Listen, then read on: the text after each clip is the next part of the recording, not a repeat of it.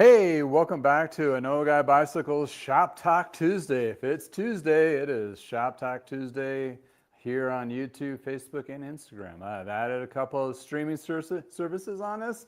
So, hey, welcome. And if this is the first time you're seeing my program on Facebook, not FaceTime, Facebook and Instagram, welcome. This will be the first launch on those particular platforms of being live. So thank you for tuning in and joining on the actual live version on YouTube. It is ad-free until on the record. If you're watching this on replay, great, that's awesome, but you'll just have to skip through some ads. But in any case, today's hot topics. Well, if you haven't been here before, let me just start off with welcome. And secondly, thank you for joining. And what we talk about here on Shop Talk Tuesday is basically something that I'm working on currently in the week of work. And in addition to some highlighted either products or techniques or whatever may be happening in the shop. And it's the AMA, Ask Me Anything type of platform. So if we divulge into different topics and so forth, that's great and fine. And that's about an hour of it. And the second hour, I try to focus on the latest of the state of the state.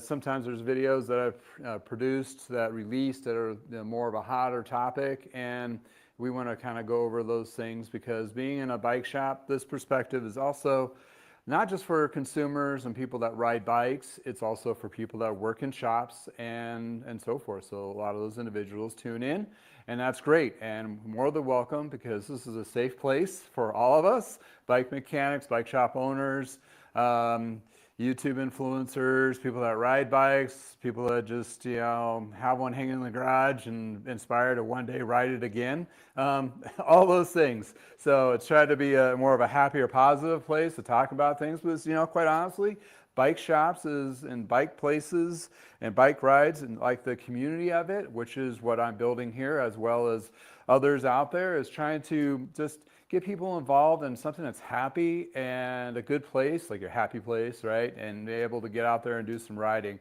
So this is where I try to not necessarily sugarcoat it, but make it a little more of a sweeter touch versus everything else that may be coming or going on in the industry and so forth, where honestly, it always is something always going on. But in any case, there's a lot of things that are positive within the cycling communities that people are riding their bikes. And this is, one of those places that I try to help encourage people to either work on their own bikes or look at used products or get into something that may be newer and not be afraid. Try to kind of take the scary out of used, as I coined it before. But in any case, here we are. Thank you for joining me. Bill, thanks for jumping in. Take care of your bike, support the local guys, but zero sympathy for the news bike industry. New bike, yeah. I've taken advantage of customers for years. That's a hot topic. I mean, we'll talk about that later, but oh my God, Bill, yeah, you just struck the chord right off and pulling all those nerves right off the bat. Yeah, absolutely. The computer's over here. That's how I'm going to have to read the comments that come in.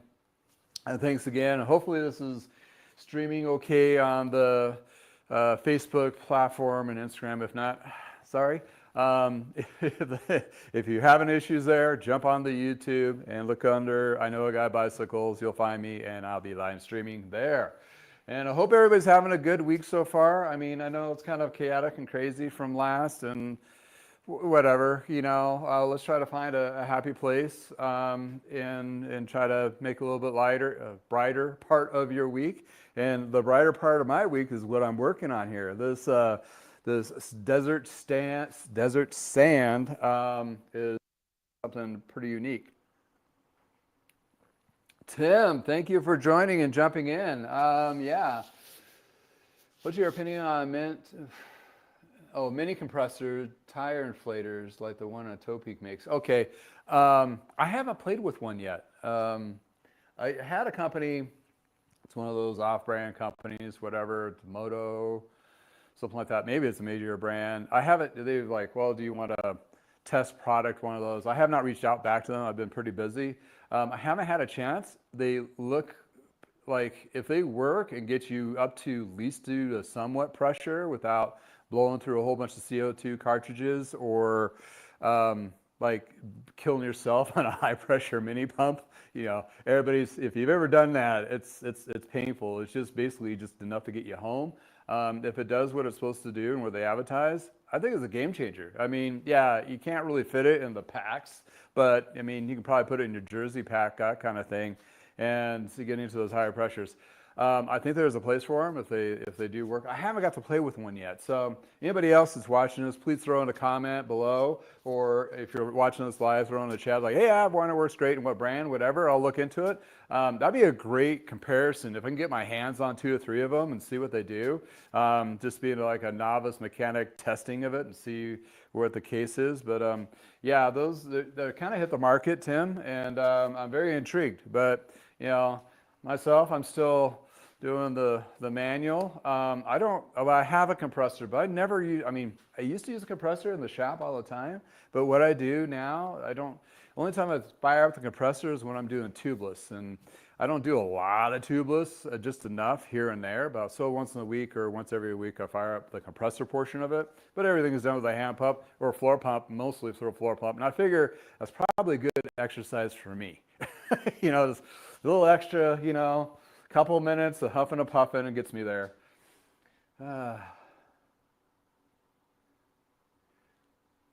Adam, thank you for joining in. Oh, it's another thing to charge. Yeah. As devices go, you got your shifters and your derailleurs, and you've got your phone and watch and earbuds, and yeah, it could be another thing that needs to be charged, but I don't know. You got to charge your running lights, right? You just put it there. I got to anyway to be safe to ride anything close to roads. I do running lights, the daytime running lights on my bike while riding on bike paths, because sure enough, people are just, they're enjoying the beautiful scenery of Colorado, and they'll run right into you if they're not paying attention, and as well as me. So I have to really kind of spark up my own attention to what I'm actually doing and not, that kind of thing. But hey, let's dive into this. I always mispronounce it because some reason in my head I want to call it Fairlight, but it's a Fairlight. Fairlight is a English company, a smaller frame builder. The frames are built, well, they design the frames and they use Reynolds tubing, so they're really known for their steel frame sets. And the owner or one of the participants that made this particular company has either worked with or worked for or worked with Reynolds over the years. So I think it's 2016 when they started building these. They have a great partnership with Reynolds tubing. If you don't know Reynolds tubing, Reynolds is one of the premium steel tubing for steel frame bikes. Either gravel, which is the popular one now, nice road back in the day, which they still make a nicer road, and also mountain bike like the steel hardtail. There's several companies that still follow that niche of steel is real concept. Niner is one that's in the Foco, Fort Collins, which is close to me. But they have a different parent company now, but they still have the same kind of Niner feel and philosophy, which is basically a great thing. They do some steel, and there's other brands over the years like Le Mans steel, which if you watch my channel, you've seen a lot of that. Then there's other ones. It's kind of like your less expensive version of titanium. Not to say it, budget friendlier, although the newer ones of today are kind of premium price. But needless to say, though, the feel of riding steel, and I've been riding steel for a long time, and Ritchie tubing is which ones that I first was experienced in the 90s of pretty immaculate, lightweight mountain bike frame. And that's where geometry really kind of opened my eyes in the mid 90s, where I was riding Treks because that's what we carried, and that's what the Kool-Aid I was drinking. And then the Mongoose rep, we carried Mongoose, but they're like, hey, you got to try this frame out. I'll get you a good discount. I'm like, all right. So he sends me this Ritchie tubing Ibach Pro team. A model is blue, very pretty. I got a picture of it, of me riding it. Ugh. And this is my funniness back in the day. you know, definitely 90s appeal with a Manitou SX white fork on there. And I tried to build up the bike with all higher end componentry back then, and it cost me an arm and a leg, which is insanely overpriced. But but back to the frame feel of it, that's where I got really introduced with steel frames. And with that steel frame feel, it was amazing. So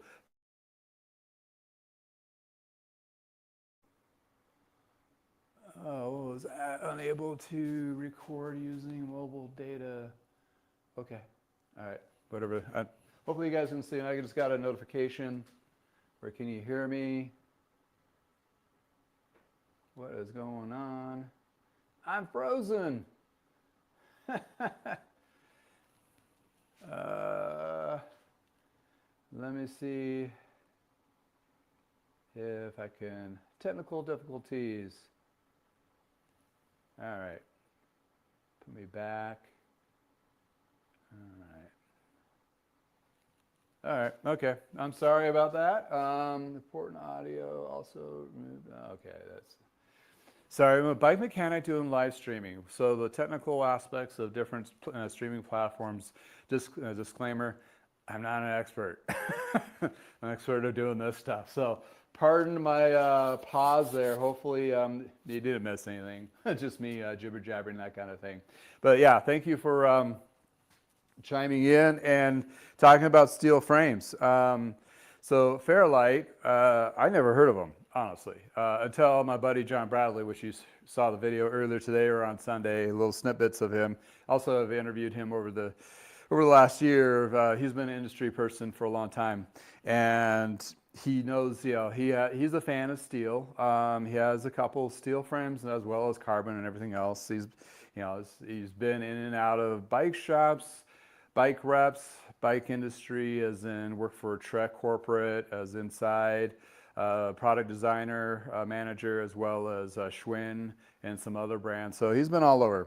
He's since retired, and the conversations were like, oh, you know, it's like I asked him, like, what's your eye on? What you're looking for or getting for yourself? And he's like, a Fairlight. I'm like, a Fair who? And then he talked about it. I'm like, oh, okay, that's cool. And then, I looked it up, and I'm like, it's interesting, cool little steel frame, but didn't really, thought much more of that because of just, busy, what have you, and, all the other things out there. And, but one of his buddies, which I have a video, it's in my library under Tumbleweed. That's another one. This is his buddy, he's had that. Got that one while I was waiting for this one to come over from England. And basically, he's like, oh, that sounds pretty cool. So he decided to get one. So I have the pleasure of actually working on one, brand new, out of the box. And we have a whole box of newer componentry. He did have a wheel set there he's used that it had to be converted. So we're going to double check that, not on the show here, but as doing the process of working on it. He did the conversion. It says the cassette kind of smashes in there, so maybe a spacer or something missing. But in any case, I have the opportunity of working on this. Well, doing his other bike, the Tumbleweed, which is another steel bike, it's more of a, well, this is a Venture Gravel. These Tumbleweeds are eventual gravel pack bikes too, and it's steel as well. He's kind of concerned that he overlapped a little too much between the two bikes, but hey, he loves the Tumbleweed. Once I got it all together for him, he's been riding it. It's like the Cadillac of gravel. It's like super nice and comfy for him, and he enjoys riding it. And it has all, the mounts and everything too. But what I did to that bike, and I told him, I think, he's heard about me doing detailing and ceramic coating on the bike frames, and it's like, well, let me do that because it's brand new. You definitely want to start with the best foot forward. And he had that experience using the ceramic coating. What I used on his was ceramic slam from Lithium, this product right here. This is not a product plug, but you can find links to Lithium. I do have a discount code below if you want to try it out through Lithium, so go through that. But what it does is, if you're not familiar with ceramic coatings, this came from the auto industry where, of course, they've had ceramic coatings for paint, for fancy cars for a long time, but a great source of using products from that industry carrying over to a bike paint. And what it does, it provides a very high bead water concentrate when you actually spray it with water or get mud or anything like on it. It's like a protective barrier. Basically, it covers all those microsurfaces and gives it a slick protection. Well, also it has a UV protection as well, preventing damaging the color of the paint. So something like a new bike and you want to keep the paint color really vibrant. I.e. case, look at my library, or maybe it's on this old bike. I've put it on there, on that channel, where I had a Sirota which had eye-burning retina orange. Put that on there to keep that 80s, 90s fluorescent color alive. But that's where you get the protective properties. And what he noticed, when you got the bike dirty a couple times and just rinsed it off, it just fell right off. So that's another thing. It makes it a lot easier to keep the bike clean. And you know, honestly, a lot of people like to ride, and plus riding, you're working out and you're tired, and the last thing you want to do is put a lot of effort into cleaning your bike, and especially if it's a steel frame, because in the back of your mind, I don't want to cause any rust or anything. That's where that ceramic coating becomes a huge benefit to it. Those who live in high humidity areas, there's a product called Frame Saver. It's nasty stuff, but it's something that you do when the frame is completely stripped down to just the frame itself, nothing else, no headset bearing cups or anything. This is where you can treat the inside. You spray inside, you shake the frame around all over the place, you put paper towels in all the port areas. It stinks like all hell. Basically, it puts a coating on the inside of the tubing to prevent rusting from the inside out. When I worked in Michigan, that was a pretty popular process to do for steel frames. Luckily enough, we're in Colorado where it's very arid, where steel frames will survive a lot longer because of you just don't have a lot of huge rust issues. Not to say we don't, but it's not as bad in any case. So back to the Fairlight Reynolds 853. Well, their partnership, and I watched a couple videos on their channel, which was pretty cool. They go to Reynolds and then they talk about what kind of tubing they want to do. I'm going to give you a little close up here. I'm going to do a kind of earthquake shake here and show you what I'm talking about. So if we can get a good look on this. So the tubing on these, well, no, you're noticing right off the bat a S curve. That's one thing, manipulating the change on that. And also it's flat, more oval this direction. So laterally it's more of an oval, and also it does mirror that on the chain stays as well, and it has a nice divot here. And if you look on there, I'll go through a little slideshow on when we do a little sit down, because I have the website up and you go on their website. And what this does is the same kind of concept what Gary Klein was doing to his frames back in the 90s. So they were doing what they call granulate tube process, where they take the drawing of the tube and they're actually manipulating the wall thicknesses and so forth. Well, the idea between this is laterally stiffer sideways and vertically more of flex compliant. Steel is supposed to be already of a comfortable ride, and this gets rid of kind of the whippiness feel of steel compared to aluminum. Gives it more of a stiff factor to it. This is what I'm basing my knowledge on the Klein frames and the Kool-Aid back then. That's what I'm presuming. I haven't really saw that detail in their description. It might be in there somewhere on their website, but I haven't read that part yet. This is what my knowledge of frame building is.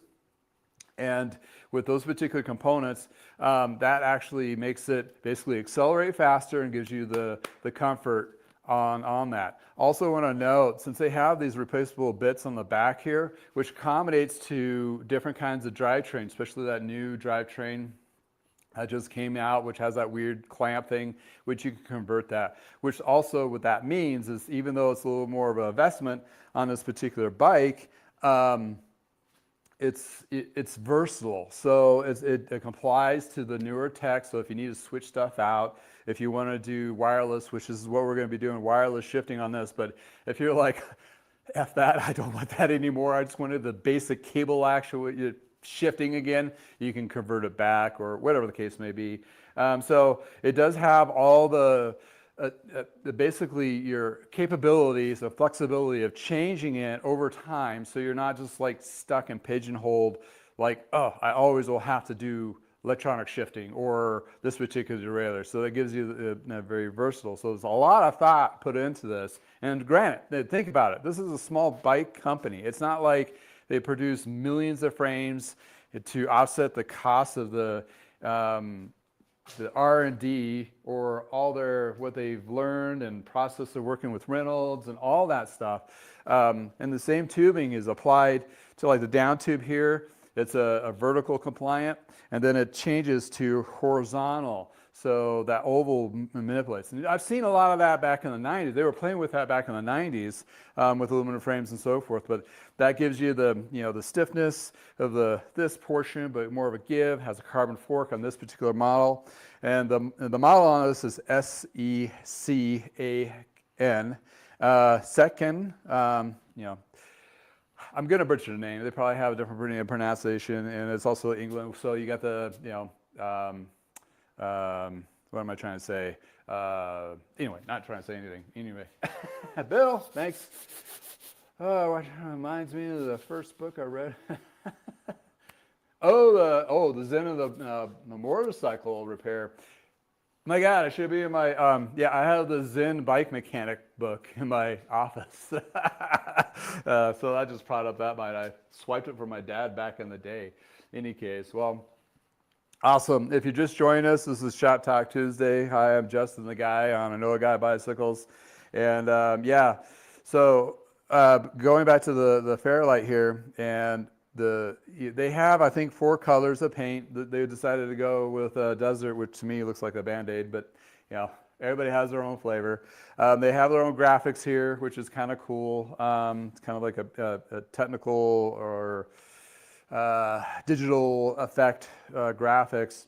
But honestly, I mean, if you're into a lot of riding and that kind of thing, the paint is, cherry on the top. If it's one of those things that you like it or don't, it's not going to sway your decision on buying the bike because you want the functionality of it. But sometimes, I have 2 white bikes and I hate white bikes, but that's me because they always look dirty. I mean, even with a ceramic coating, they still look damn dirty. If I ever got them repainted, it would be like the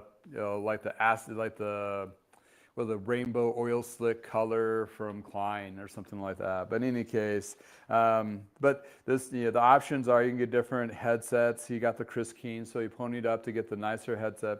He did vetted the seat post, bars, stems, and saddle. So a lot of this is kind of like a fun custom build for himself.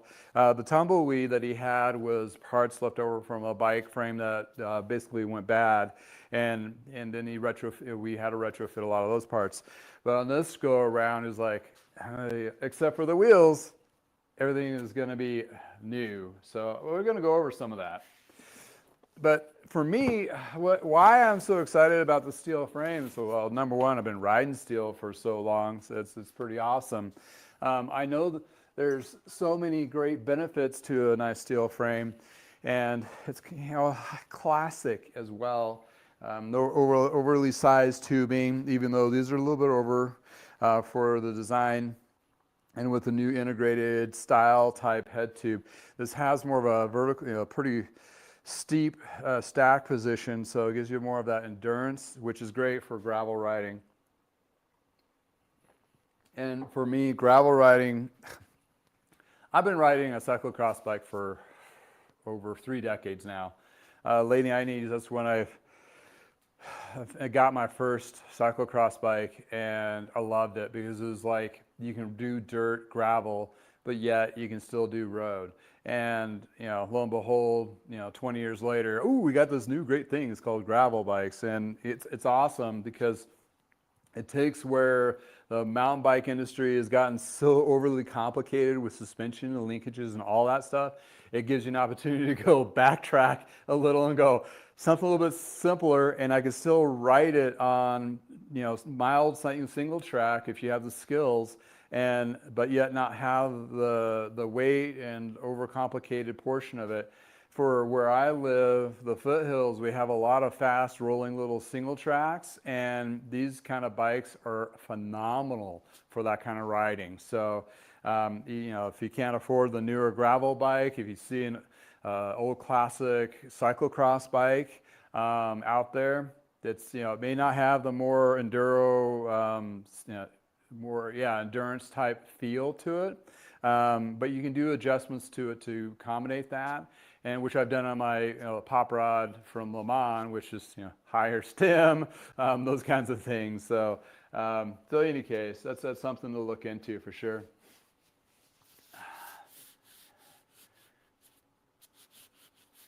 Micah, thank you for joining. Appreciate it. How's the bike industry doing? Not that great. Yeah, to comment on that, yeah. Hopefully optimistic.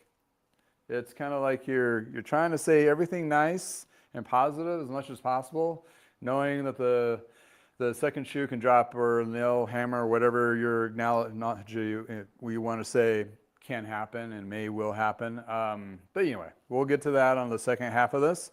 But yeah, it's people are riding. Let's put it that way. It's April. We're cusp of spring, and a lot of us in the Northern Hemisphere, this is where we start dusting our bikes off and get them tuned up. The bike shops I've been in the last last week or so, they've been getting busier in the service portion of it, which that's where it's going to be at for most bike shops. For any kind of leverage of any kind of profit is the service department. So they're really gonna emphasize on that and have a little bit faster turnaround, better mechanics, all those things, because that's where the industry is actually working right now. So therefore, that's why I'm doing, you know, I got a couple custom builds. I got a big bike I'm putting. You know, the guy put like 20,000 miles on it, you know, the Trek Carbon, and we had like a crank recall. Actually, replacement did not pass, so we had that and found some other issues with it. So I'm doing those, and I also did a retro Trek 500 from the 80s. That was the earlier one. So for me, for service, has been pretty good. And also used parts and frames is the other aspect of my business, where a lot of shops are going to be leveraging that going forward. Reason being is overpriced, or I won't say overpriced, more expensive bikes are not going to attract the customers that are able to buy right now, because everybody's budgets have been probably cut if not to nothing, and a lot of people are going to be very conscientious of what they're purchasing throughout the season. That's just going to be a straight across the board situation. But in any case, back to this Fairlight, let's talk about this guy. Adventure pack riding, you can put racks and bottle cages and packs, and if you want to go that crazy, you can. That's where this, you know, bike has all these versatility pieces to it. And yesterday, the reason why I haven't really dived into it yet is, well, I have, technically. You're still looking at the frame and fork. But what I did, even though it's a new frame, I did Adams polish treatment on that with this Dremel tool. And you'll see videos, and I did a little video of this one too, but I haven't made the video of it yet. But I have a lot of my video library under my channel under detailing frames. So I use this little guy with the proper buffer and get it completely polished. You know, it's brand new. I'm just like making sure that clear coat is at the best level. Then once you do the polish treatment on that, I mean, that's super, super, super detailed. Then rubbing alcohol to clean it. Then I put not one, not two, but 3 stacks of the ceramic slam from lithium.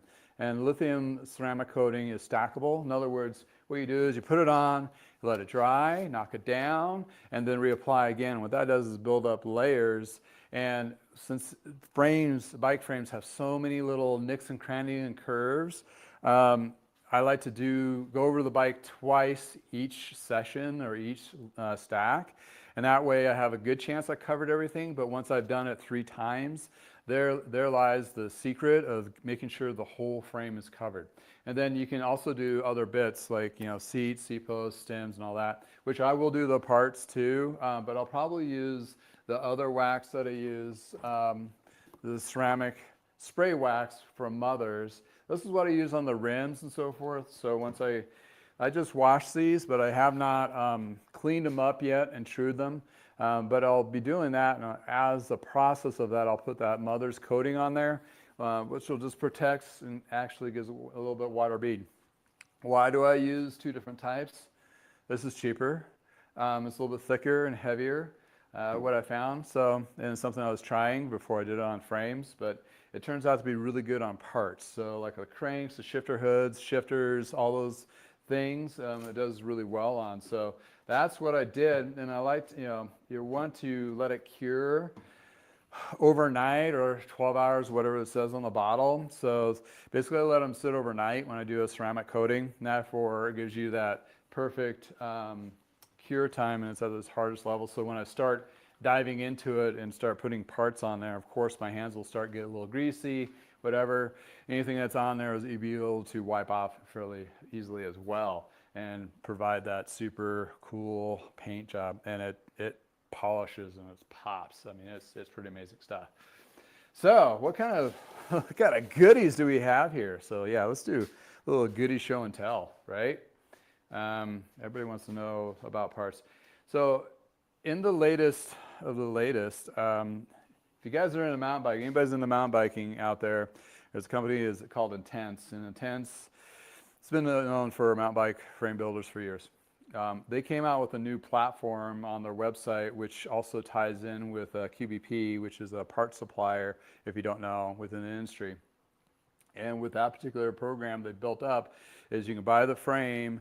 I even can become a dealer, which I don't see, I'm not really in that mountain bike realm anymore, but I can become a dealer. If I had a really customer who's like, hey, I want you to buy the bike frame, and then we'll go through the website and do a whole parts kit build out. So basically it takes a lot of the questions of what is compatible and all that. So it makes it a little bit easier for the customer to buy the frame and then put it all together with the parts kit. So for the dealer side of it, you can do the order through I Know a Guy Bikes, and then the frame would show up and the parts kit would come in with QBP. Then I would assemble it and get it all ready.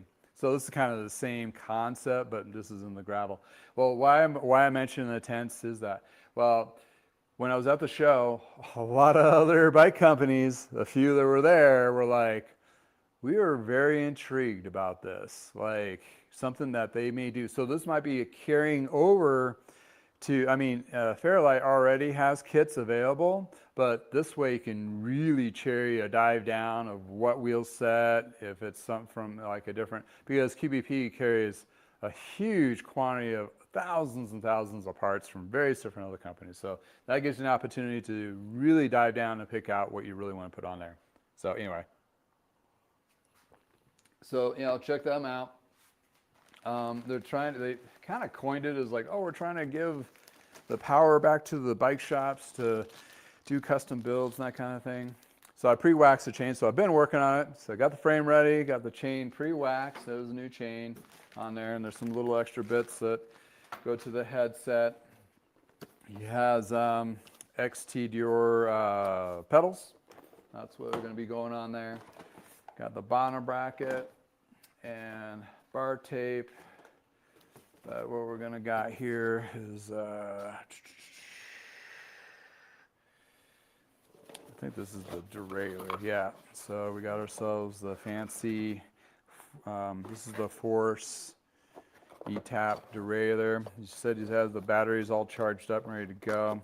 So in theory, with new stuff, it should go together a little bit easier than the tumbleweed, because I had a little bit of hydraulic issue, because one of the brake levers were kind of weak on that. But since this is all new, so it should go together a little bit easier. I believe this is the fancy cassette. So that goes, and he had to switch out, he had a Shimano free up body on that wheel set, so he had to switch it over to the Force, or I forget what they call it, that kind of cassette. And man, that's what is that? Like a 10 to 44. Doing a one by, so I don't have to worry about the front derailleur. Also, he's like, I didn't find a star nut. Well, the carbon, if you don't know, carbon has more of a, they don't use a star nut. They use this, it's kind of like a sleeve, and it's a wedge. And you can't use a star nut on carbon due to the fact it'll damage the carbon. But this is what the industry has gone with.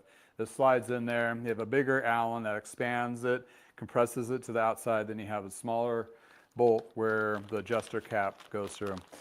He didn't want me to cut it. It has a little bit of nubbin that sticks out. He did kind of adjustments already, or matching the angles and everything on his older bike.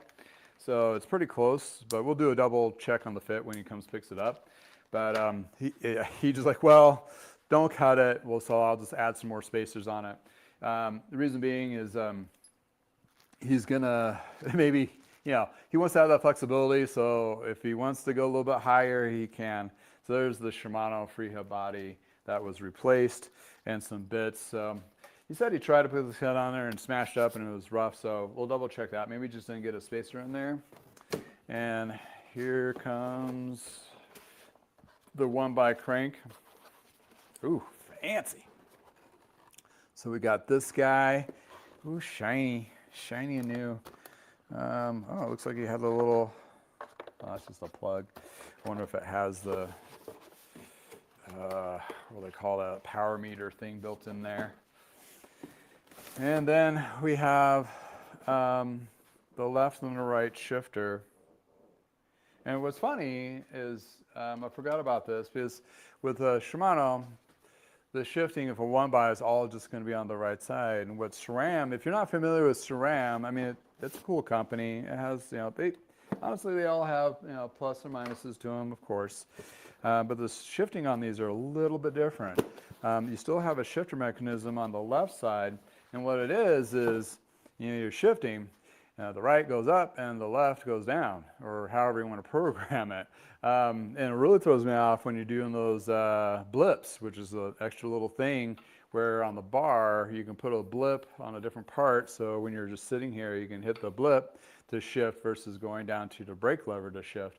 And my experience on those is we're on tri-bikes where they have the little arms that come out and they have the two buttons, and one goes up and one goes down, and then the blips go down to where the brake levers are. So if you're standing on the brake levers on a tri-bike, you can actually do the shifting there. What really threw me off, and I totally forgot about, is like you have to hit both buttons. If you have a double up front, like two chain rings up front, you have to hit both buttons at the same time, or blips, to have it go up and down. So kind of through, I mean, it's really unnerving when you have one bike that has one shifting and then you go to the other and it has that shifting. I could see where customers can get really kind of sidetracked on those particular things. So, you know, all nice and new. Look at that. So, of course, I will have to unhook the brake to be able to line it through. Well, actually, I'll have to shorten the housing, so on both of them. So this has external cable routing for the rear brake, so it's all external exposed, has little clamps that you clamp it down and so forth. And then on the front fork, it still does thread through the fork, but it's not, I've done a few of those, it's not too terrible. But it's something you have to be mindful. And I always add a little bit extra housing. Because if it's one of those things, if they, you know, if this guy, he wants a different bar stem length or whatever, or you know, change, he can without inhibiting the ability of switching, you know, having it bind, because that's the safety issue, right? Even though you still have a, you know, it's electronic shifting, get rid of the cable and housing for the shifting, but you still have that binding factor with the brake housing. And with brake housing, if it's longer or shorter with hydraulic, it really doesn't change, it shouldn't really change the performance. So like back in the day when you had too much housing or too short a housing, you can inhibit the cable working and giving you a poor performance versus the hydraulic lines. So there's a benefit to it, but there's also a pain in the ass portion of it too, because you got to bleed the brakes, and you know, they use dot fluid, so it's a little messier, corrosive. You got to be a little more diligent for eye protection, skin protection, and part protection, because you don't want that dot fluid to get on the frame because it'll eat stuff. So that's one of those things you got to be very mindful when you're putting something like this together. But yeah, it's like, you know, he is very capable of putting things together himself. But when it comes like the hydraulic brakes, and then there's also, you know, torque wrenches and all the bits that you have to buy to do the torque on all the other parts of it, that's kind of expensive lift. So that's where, you know, and plus, you know, he enjoys watching my videos, so he's going to get a kick out of me throwing this thing together and with the wax chain. And, you know, he has the Hunt, I believe these are carbon, I have to double check, wheel set. They are tubeless setup, I believe. And yeah, these are pretty decent wheel set. So as long as the rotors are straight, it should be a pretty straightforward build. There might be a couple little bits that I need to get to top it off, but I can probably get those at my local shop. Like if it bolts for the brake mounts, whatever, need to be a different length, I can do that. Also, another thing I do on these is I pull all the screws out for bottle cage mounts, rack mounts, and all that, and put a little bit of grease on them and put the bolts back in. Reason being is, even though if he doesn't use them, you still want to have that protective water barrier, just in case, if you know, over time some of those bolts can rust inside there. So therefore, if you have a little bit of grease, it'll last a long time, and it just prevents any kind of later date pulling those bolts out. And sometimes those bolts have a smaller Allen hex bolt size.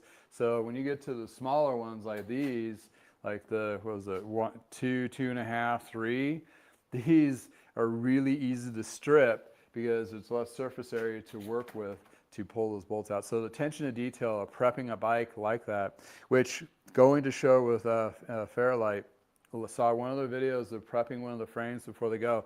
They haven't, it's manufactured, it's put together with the Reynolds steel and painted and everything, but they pull the box out, pull the frame out, and they face the bottom bracket and the head tube and the seat tube. So all those $300 to $400 tools that nobody's going to buy for themselves to do only once, they're doing there to reface it, to clean all the threads out and everything. And even the bottle mounts, they went through and rethread those to make sure they're all clean.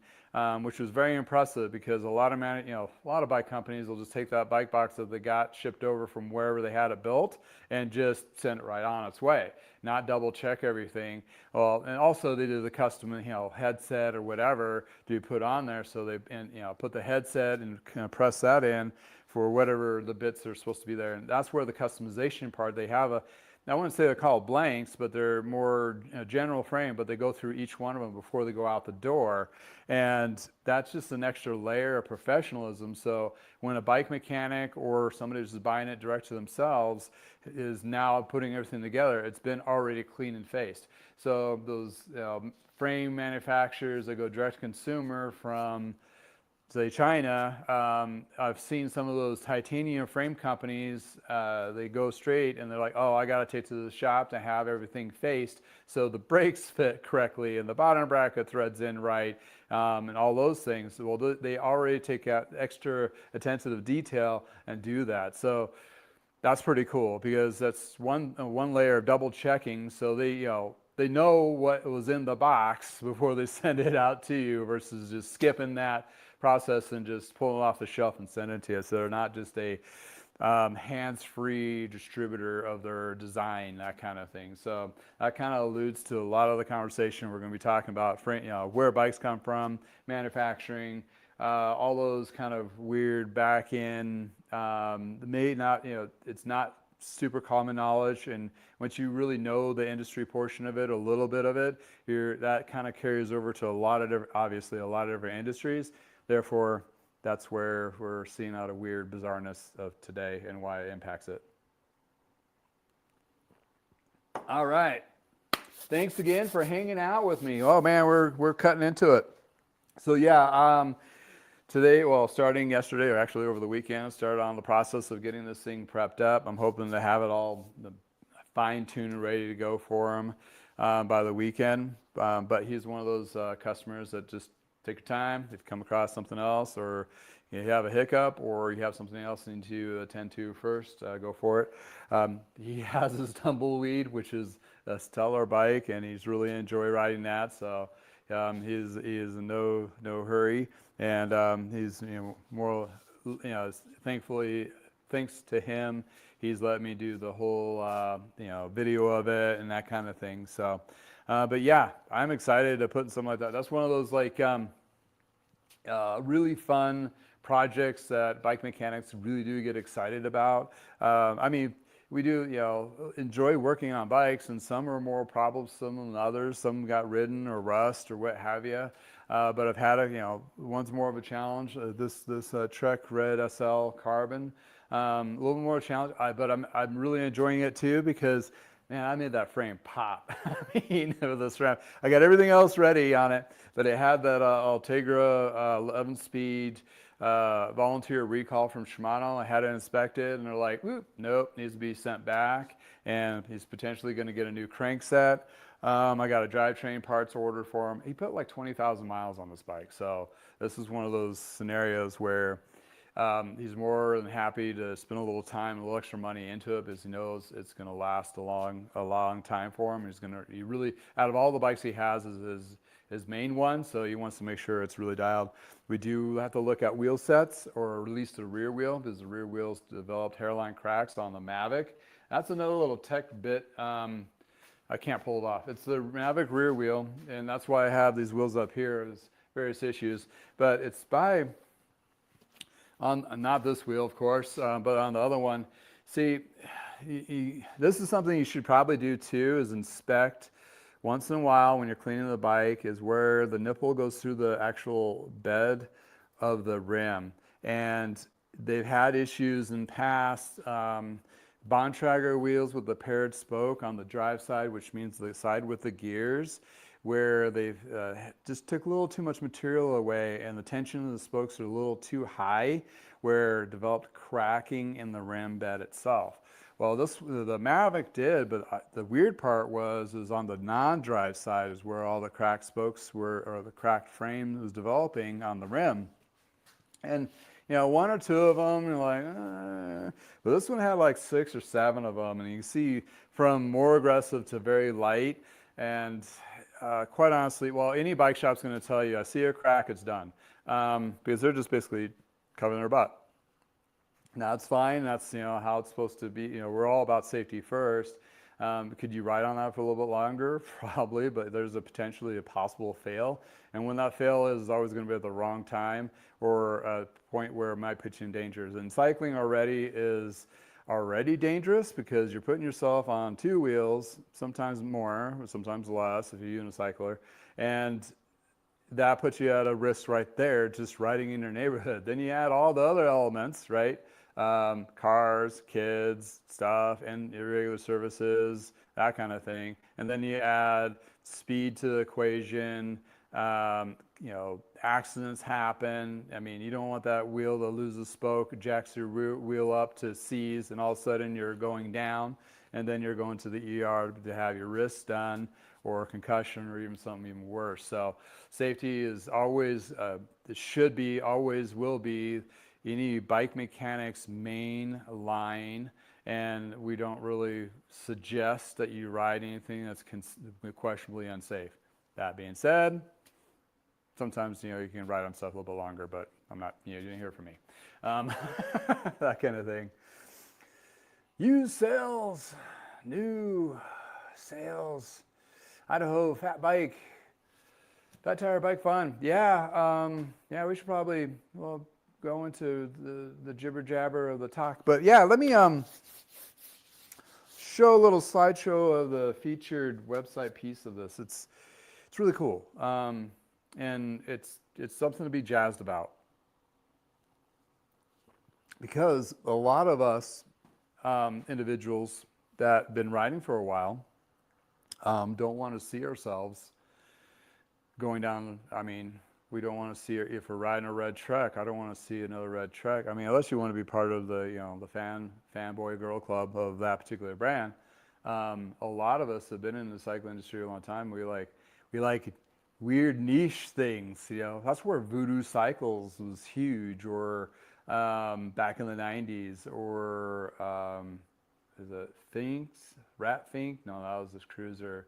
But like Barracudas, not the bigger lines, and then you had like even Serota, Titaniums, and several other brands. There are smaller companies that people, even back then, really looked out to go get because they don't want a Trek or a Specialized or a Giant. That is going to allude to a lot of people, like they've raised their prices on their bikes so high that, I'm sorry, if I'm going to drop $4,000, which I'll probably never do, but if I did, it would be on a bike that's like custom built with the paint job I want and possibly titanium or material of my desire, and everything's going to be customized. Because paying that, I mean, that's where the bike, even the manufactured bikes from produced quantities from Trek and Specialized and Giant, their price points is equivalent. You can do almost the same thing with a Fairlight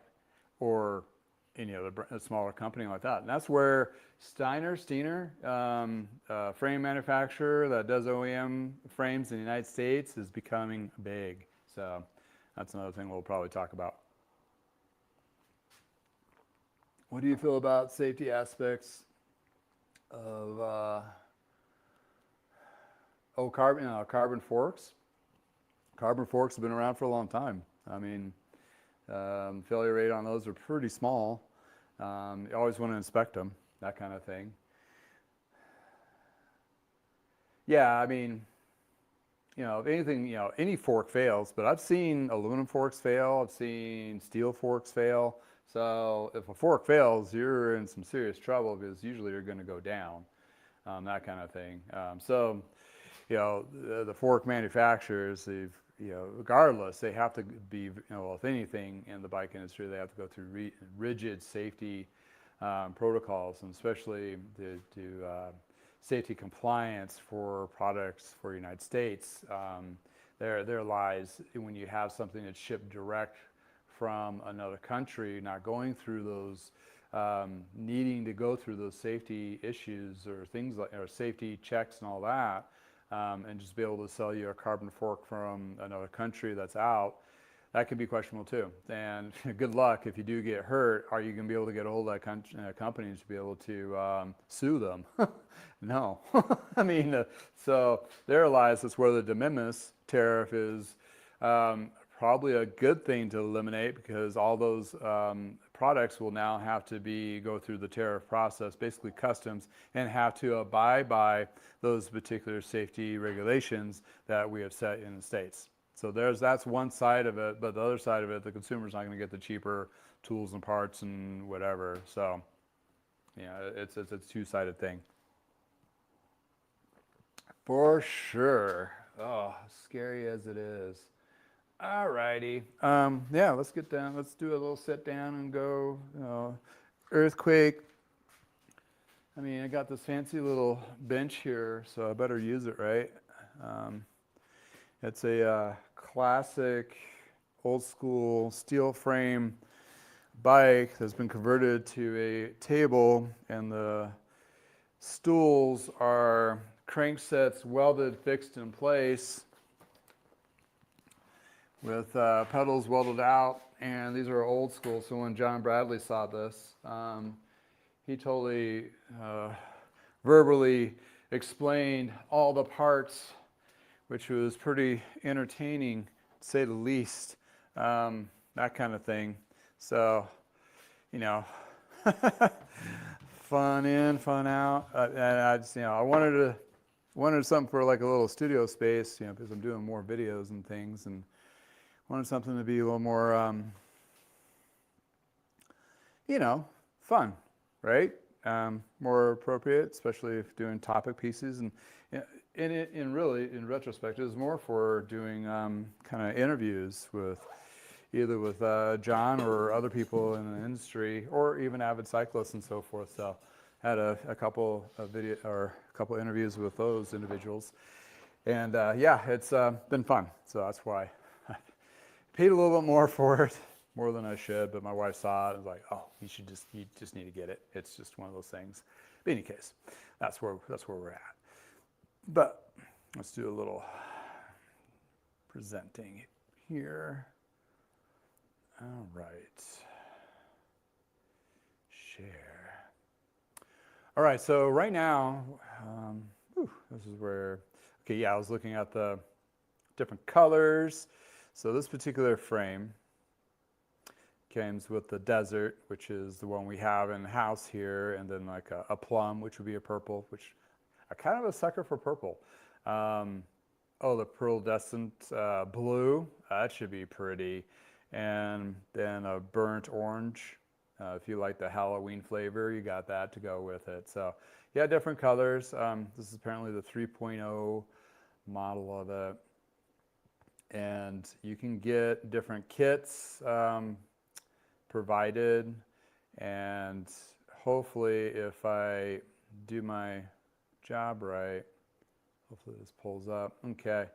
You know, this is what the bike looks completed. So it's nice to have a photo gallery, especially on a bike that I've not worked on one before. And you're like, you know, questioning, well, how should I lay the cables and housing and how's it supposed to look? Yeah, here we go. This is an awesome representation of what I'm going to be doing and going, oh, okay.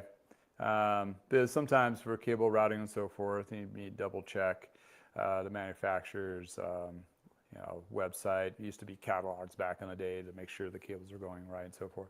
But also this gives you an example of all the stuff that can be put on it for your adventure riding needs. So yeah, it's pretty cool stuff. But you know, and interesting, you know, same. I wonder if you got the C post. It's the same on that. In any case, so that's that. All right, so going up to this part of the show and tell. Okay, you can't see this. All right, so it's like a road off-road bike, right? That's what the gravel bike is in per se, and it's great. I've been riding a cyclocross bike, which is essentially the predecessor of these, and they're awesome. You can put on slicks or semi-slick tires. What's really cool about these though, you can get fat. Like, so you have that new transmission derailleur that came out. Either you like it or hate it or scratch your head about it. If I was still into mountain biking, it might be something that would be intriguing for me, but you know, for my age, yeah, I don't care so much. But in any case, it does have a place for it, I believe. This is what the cool thing is. You can go fat. 53 millimeters wide tire. That's good enough for most gravel single track. Basically, it's a rigid 29er with drop bars, basically what you have there. You can do the 650B and get it even wider, a 62. If you really want to do the more of aggressive dirt off-road riding. And there lies the fun bit about disc brakes. You know, a lot of people are like, I want my regular mechanical brakes or whatever. Well, disc brakes have opened the opportunity to have one bike and have a couple different wheel sets to accommodate different kind of riding. And this really opens up the opportunity for people if they just want to buy one nice bike and switch it over to different styles. So if you're really doing aggressive off-road riding and you want to switch it to a 650 wheel set, and it's, you know, as long as the hub spacing with the disc is the same, boom, you just swap it out, boom, you're good to go. And also through axles that provides that consistency of placement in the dropouts. So there alludes the benefit of it. Yes, a lot of people are like, this has added a lot of more of a headache to some, sure. But there is a benefit to it if you definitely switch out. So you can get like a 700C wheel, put a skinnier tire on it, and you can do light gravel riding or more road, or if you really want to go road. I've seen this people have done it to the road bikes that put a little bit wider tire one and a little skinny for event riding and so forth. So that gives you a lot more versatility to that one particular bike. So you can basically have a road and a gravel bike in the same bike and don't have to invest into two different ones. But here we go. We're talking about the Reynolds tubing. Saw the little, you can go to their YouTube channel and check it out. I think I have the link below in the description. And pretty phenomenal stuff. And the relationship that they have with Reynolds is pretty cool. And the A53 tubing is known for years to be pretty good tubing. And they have the special, techniques and drawings to it to do that. So it's some pretty cool stuff. And then y'all have, like I talked about, the different module design. That's a great way of putting it, to be able to switch it over to different things, different types of drops. They have a longer hanger for those bigger, wider ranges, that kind of thing. And I think he has just the mid on his, but you have like that one that's the mission control kind of thing. Reminds me of, like, what was that 70s song from Perfect Stranger or whatever? No, I think of Mission Control from Major Tom. Never mind. David Bowie. Yeah, David Bowie. So here's a couple of the naked frames without paint, kind of get the idea. In addition to, they're showing all the little bits on there, which did a little slideshow on that. Oh yeah, also it has little portholes to do your dyno hubs, where it is self-generated. That's a European thing for the most part. Well, because you can have like built-in self-generating light systems built into your bike. So those dyno compatibility is kind of cool if you want to go even that route. And this shows the fork and the mount that goes on that with the through axle. And then there's specific design for the drop, craftsmanship, the machine. There's also 3D printing going on there. This is the hand-painted engineered graphics. They're fancy little graphics. They put a little bit higher quality paint on it, which kind of reminds me, again, the Klein era of building paint or having bikes paint with high quality grade of paint. Back in the day, I mean, I think they spent like thousands of dollars on a quart of their high-end paint when they were doing their bike frames being built in Chehalis. And also in the 90s, when they were acquired by Trek, they did have a whole selection of paint schemes. You can definitely, laundry list of different colors you can choose from, with multiple, changing the light, deep glitter, and that kind of thing. So bringing that kind of personal touch back it's kind of nice.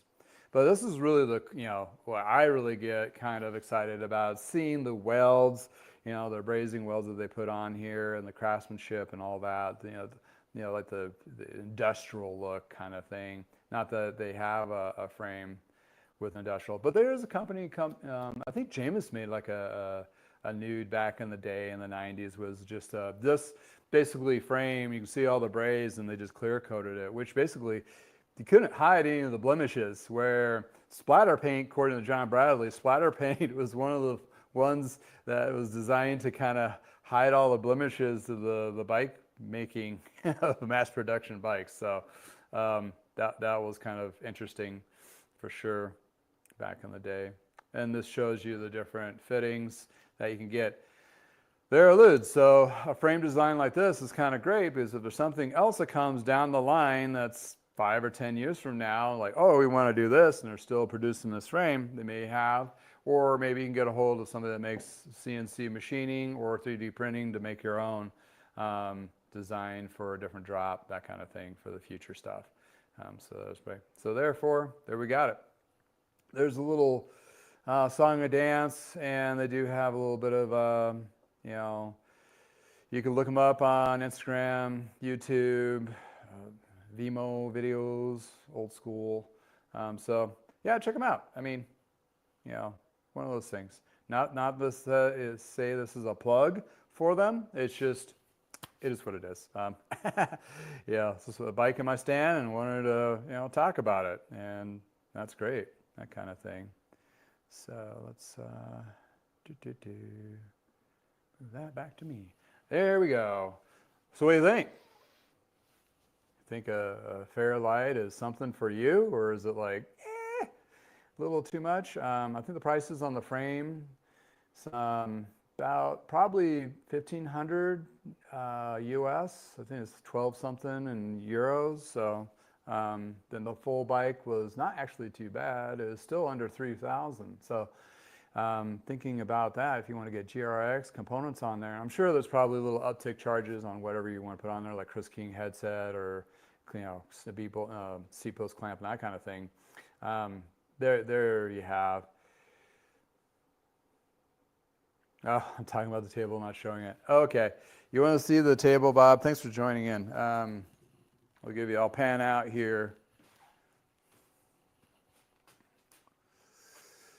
So this is the featured table, and it came with 4 of these stools, and pull these away so you can actually see the bike underneath. And when my buddy John, he was in Europe, he said he saw a lot of these conversions of old bikes being used to be made into furniture. And this is kind of like a little flower thing that you can put or hold your coffee or liquor or whatever. And yeah, it was originally a bike back in the day. And yeah, this guy, cost me a pretty penny to buy off locally. But it was custom built, and the original owners got it in Arizona, moved it out here. The reason why they went away with it or decided to get rid of it is they have grandkids, and the grandkids on these stools were kind of a little scary for them, and they didn't want to, They said it was time to find a happy home, so here we are. The happy home that it found is here, and it's being featured once a week. So if I did a vertical live stream, you'd probably see my legs dangle underneath, that kind of thing. Yeah, it is pretty awesome. It's a cool, anybody that walks in my shop area, you're like, that's cool. And I was moving around the shop area for a while because this was a cluster corner. And I think I have a video on it where, all the crap in a shop just builds up. And I was like, okay, I'm going to clear this crap out and make a designated space to do videos like this, a nice backdrop, cool things to feature, got a bike featuring spot here.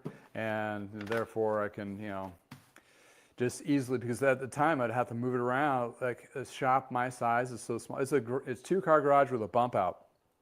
That's it. So I'm doing a whole service center area, YouTube area. I have a fitting area on the other side and also a shipping area.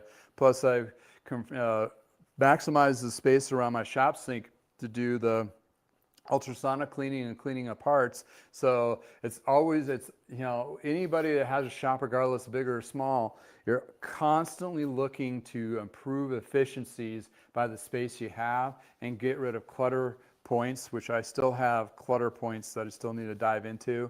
But this is spring and spring cleaning. So lo and behold, you'll see a whole bunch of stuff on my website for sale. Just like, get it out of here, make it go away, because it needs to go away. It needs to find a home other than here and not a landfill, hopefully. Some of it needs to just be thrown or recycled, let's put it that way. But yeah, efficiency. I do have 18 hooks, spots for bikes above me. So I have inventory I can put up there, another set of hooks here and over there. Also have a basement, but my wife's told me I need to kick out all the bikes and stuff out of there. So, and a little more spring cleaning going forward. So in any case, that is what it is. Again, thanks for hanging out. Shop Talk Tuesday, and let's just dive into the nitty gritty of bike retail and the holy colossal cluster of what we're dealing with. And quite honestly, I'm a person that doesn't like to dwell on negativity. I think I like to think myself as a more positive person. And I've always thought myself, I try to make the best of everything and going forward, that kind of deal. But unfortunately, what we've been facing recently has been pretty mind-boggling and crazy. So we'll just take a peek at the bicycle retailer. where, I get a lot of my stuff to talk about, and and again, all of this is my opinion piece of what I've been in the industry for 35 years. Yes, Tim, if you're still watching, take a shot. I haven't talked about Parker bikes yet, but yeah, that's number 2. We have a running joke, so if you're not, because I apparently say it quite a bit, for the new people that don't know me, it's good to know where I came from. It kind of gives a valued weight to me-ish. The latest articles that hit was, let's see here, frameworks, Asian gravel frame. That's a smaller article. Other one was interesting though is the state of retail. And okay, when I went to CABDA, if you don't know, is a bike show. That's currently a bike show running now, and they have 3 locations a year. One's New York, Chicago, and this year the West is in Las Vegas. And it's one in January, one in February, or March, or something like that. And they do all 3 in the single year to cover those 3 areas to make it easier for bike people to get to the show. Back in the day, Interbike was only in one spot, and that's where they had all colossal everything, and it was really hard for a lot of people to get to those particular shows. Anyway, not going to go there, but with CABDO, they booked in it with MBDA, which is National Bicycle Dealers Association, which is association where bike shops pay into. It's kind of a club, and they learn a whole bunch of things about the industry and so forth, and state of retail, and they have P2 groups and all that kind of thing. It's more on the business side of it, for sure. But that's where these particular articles came out, and what really kind of intrigued me is like we're in the bike shop realm, in the front lines, the independent bike dealers.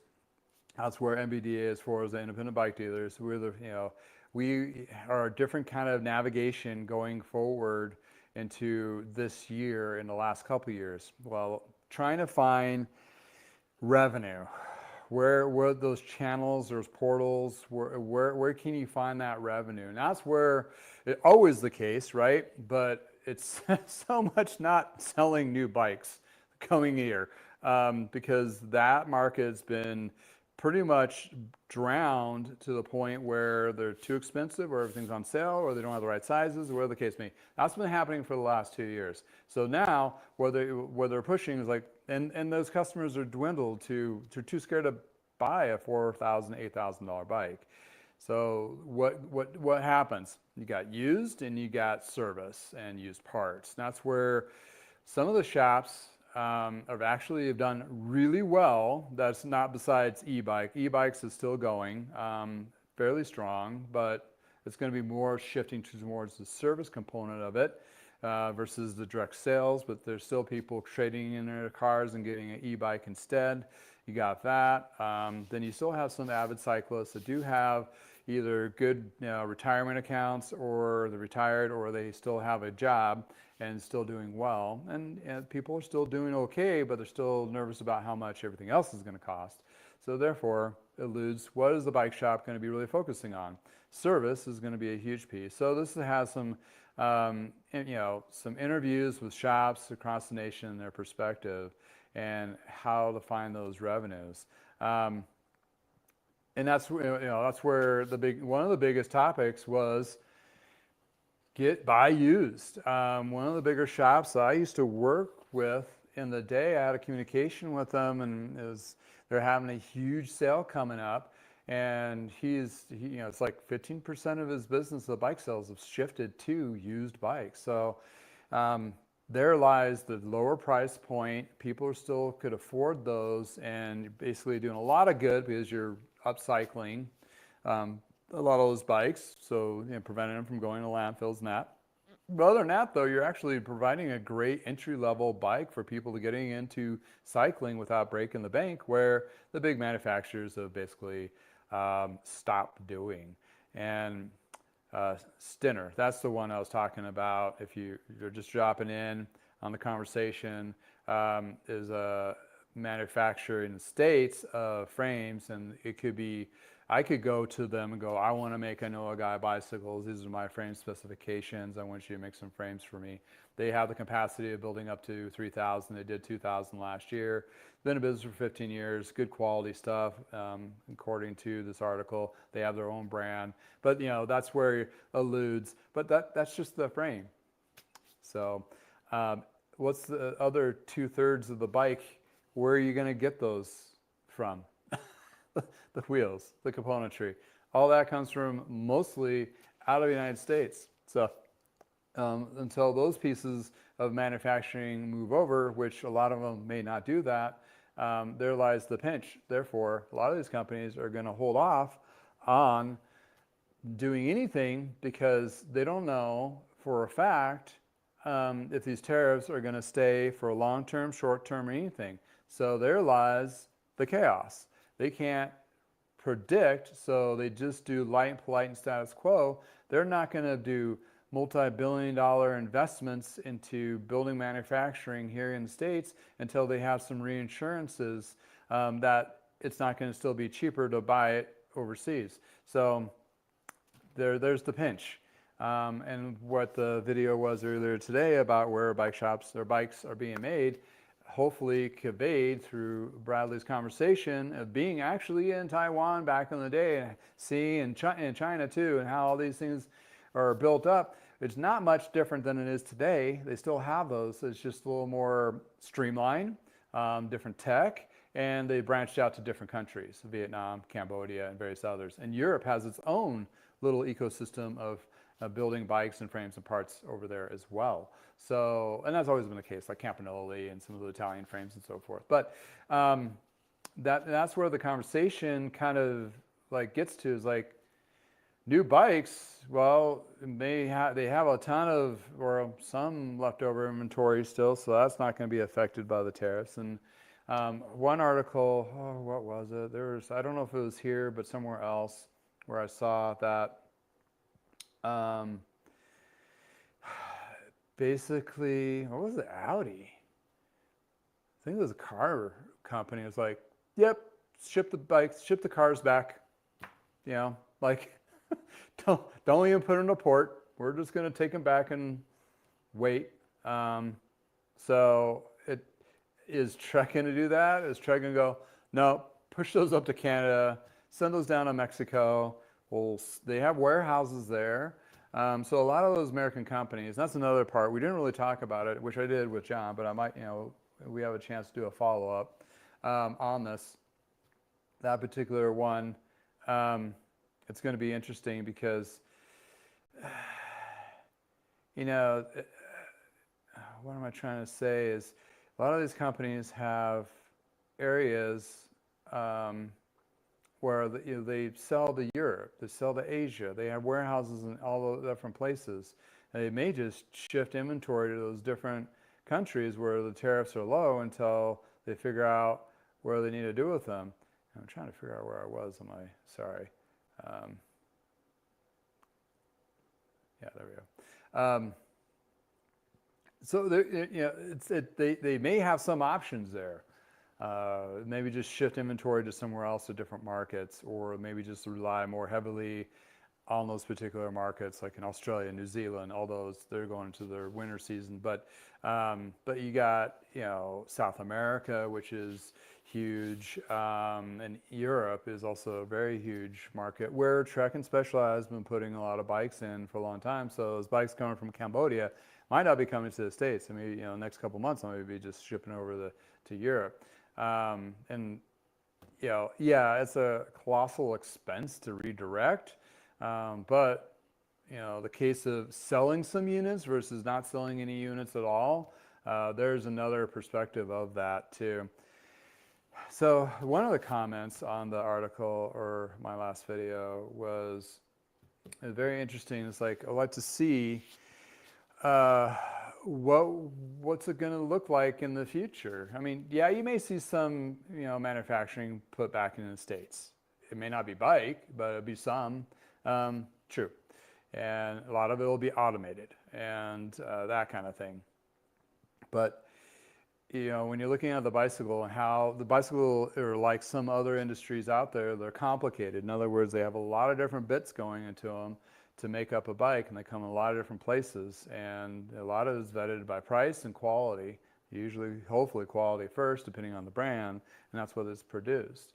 And no fault of their own. Like, this is totally just taking a bad situation where they needed to redirect. I'm not going to say they didn't need to redirect and go a different direction, a little bit at least. Now it really just, they may not have a chance to redirect. Let's just put it that way. They may not have that ability to do so, that kind of thing. And yeah, this is a laundry list of different articles related to the state of the state, and a lot of it's negative in a sense, like, or concerning, where we don't know where we're heading. And companies are going to be doing, if they haven't already, like Scott, going to direct-to-consumer programs. But Specialized did that 2 years ago, and Trek jumped on it last year, and then there's the used market and all those kinds of things. So needless to say, but it's like, needless to say, this is where we're at. And if you're looking out from, when I mean that is like, if you're not in the United States and you're seeing us across, and like, you are some insane individuals, or just totally lost your minds. Yeah. We definitely agree. It does. Our image is not looking good whatsoever. But rest assured, not all of us. That does not reflect all of us. Hope to God that you're not thinking we're all this batshit crazy.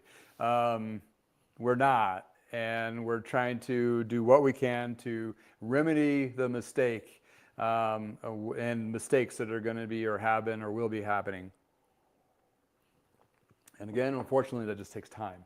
But in the crosshairs, it's industry, it's the cost of inflation for us, and it's the global economy, and all these things. And who knows if this is just a power play. And there's so many different talking heads out there. You can make your eyes bleed, your nose bleed, your ears bleed, just listening, watching all this. And you just need to get out on your bike and go for a ride, because let it go.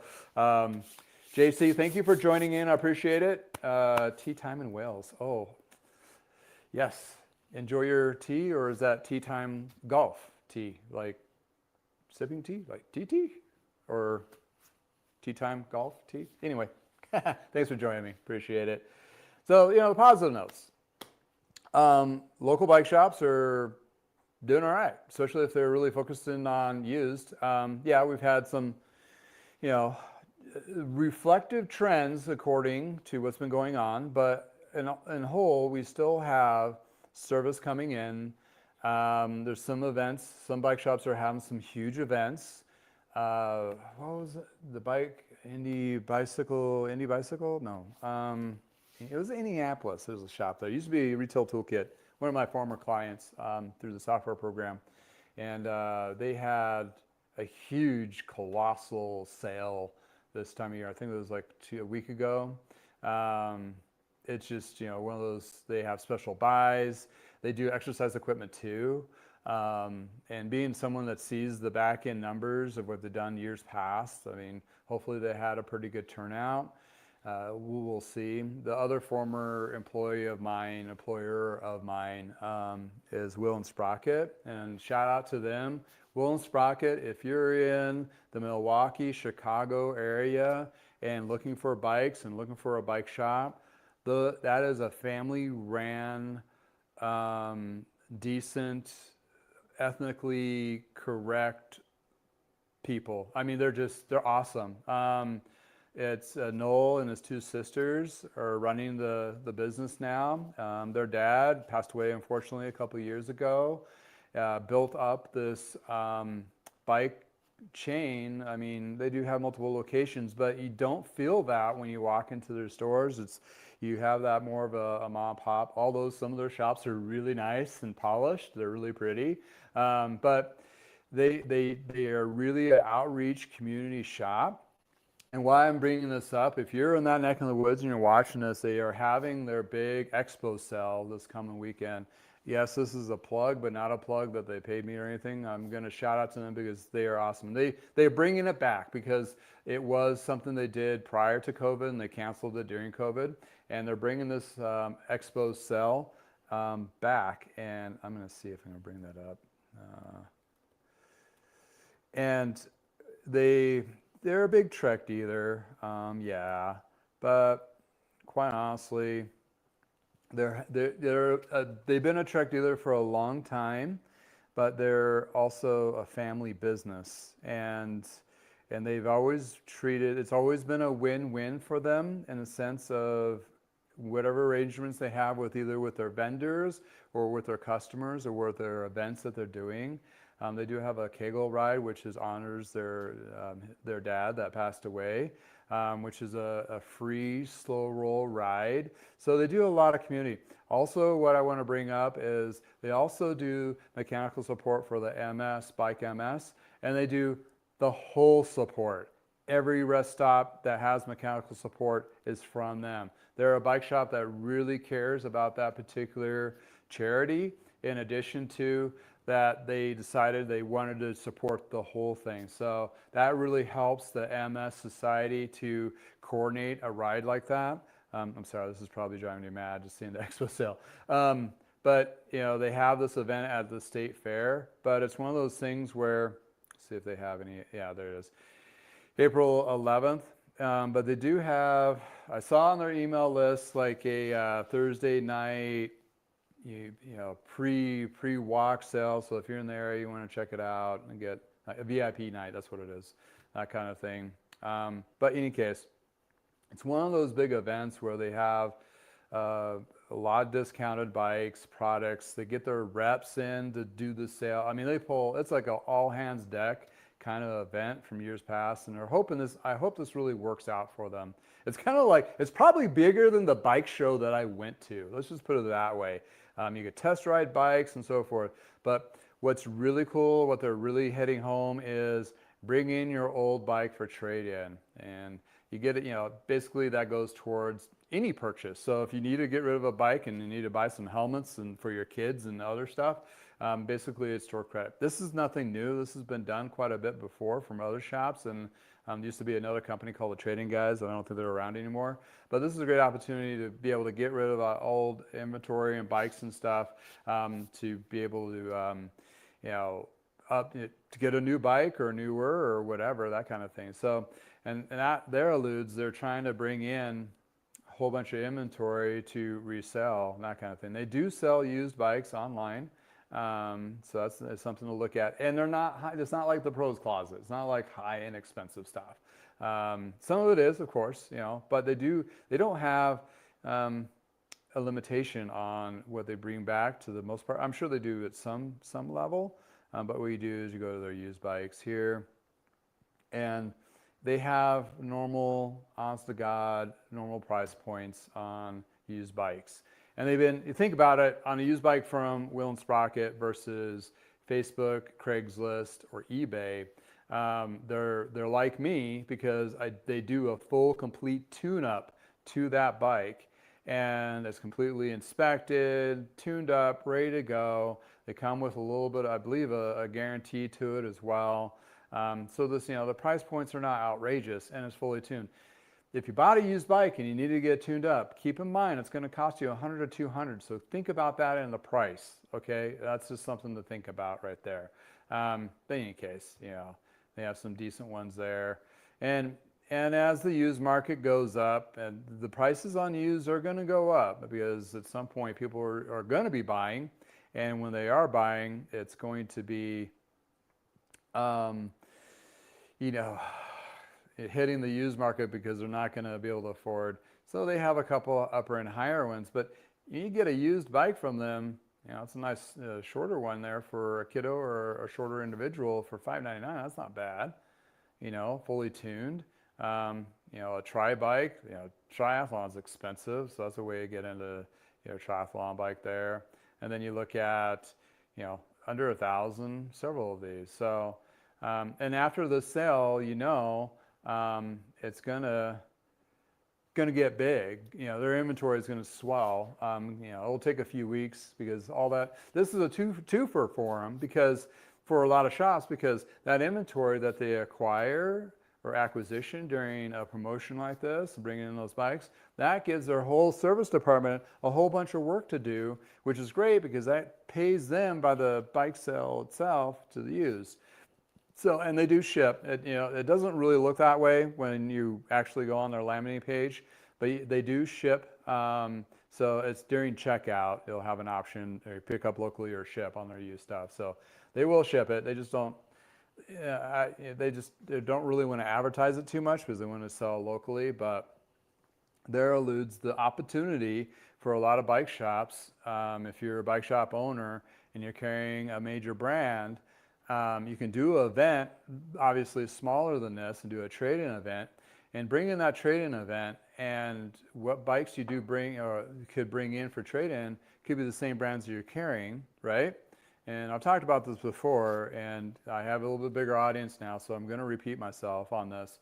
But you take those bikes that you trade in, and yes, you fix them up and so forth, and the bikes that brands that you carry, you put them right in file with those other brands. So if you have a Trek, you add them to the Trek pile. You have Raleighs, you add them to the Raleigh pile. If you have Fujis, you add them to the Fuji pile.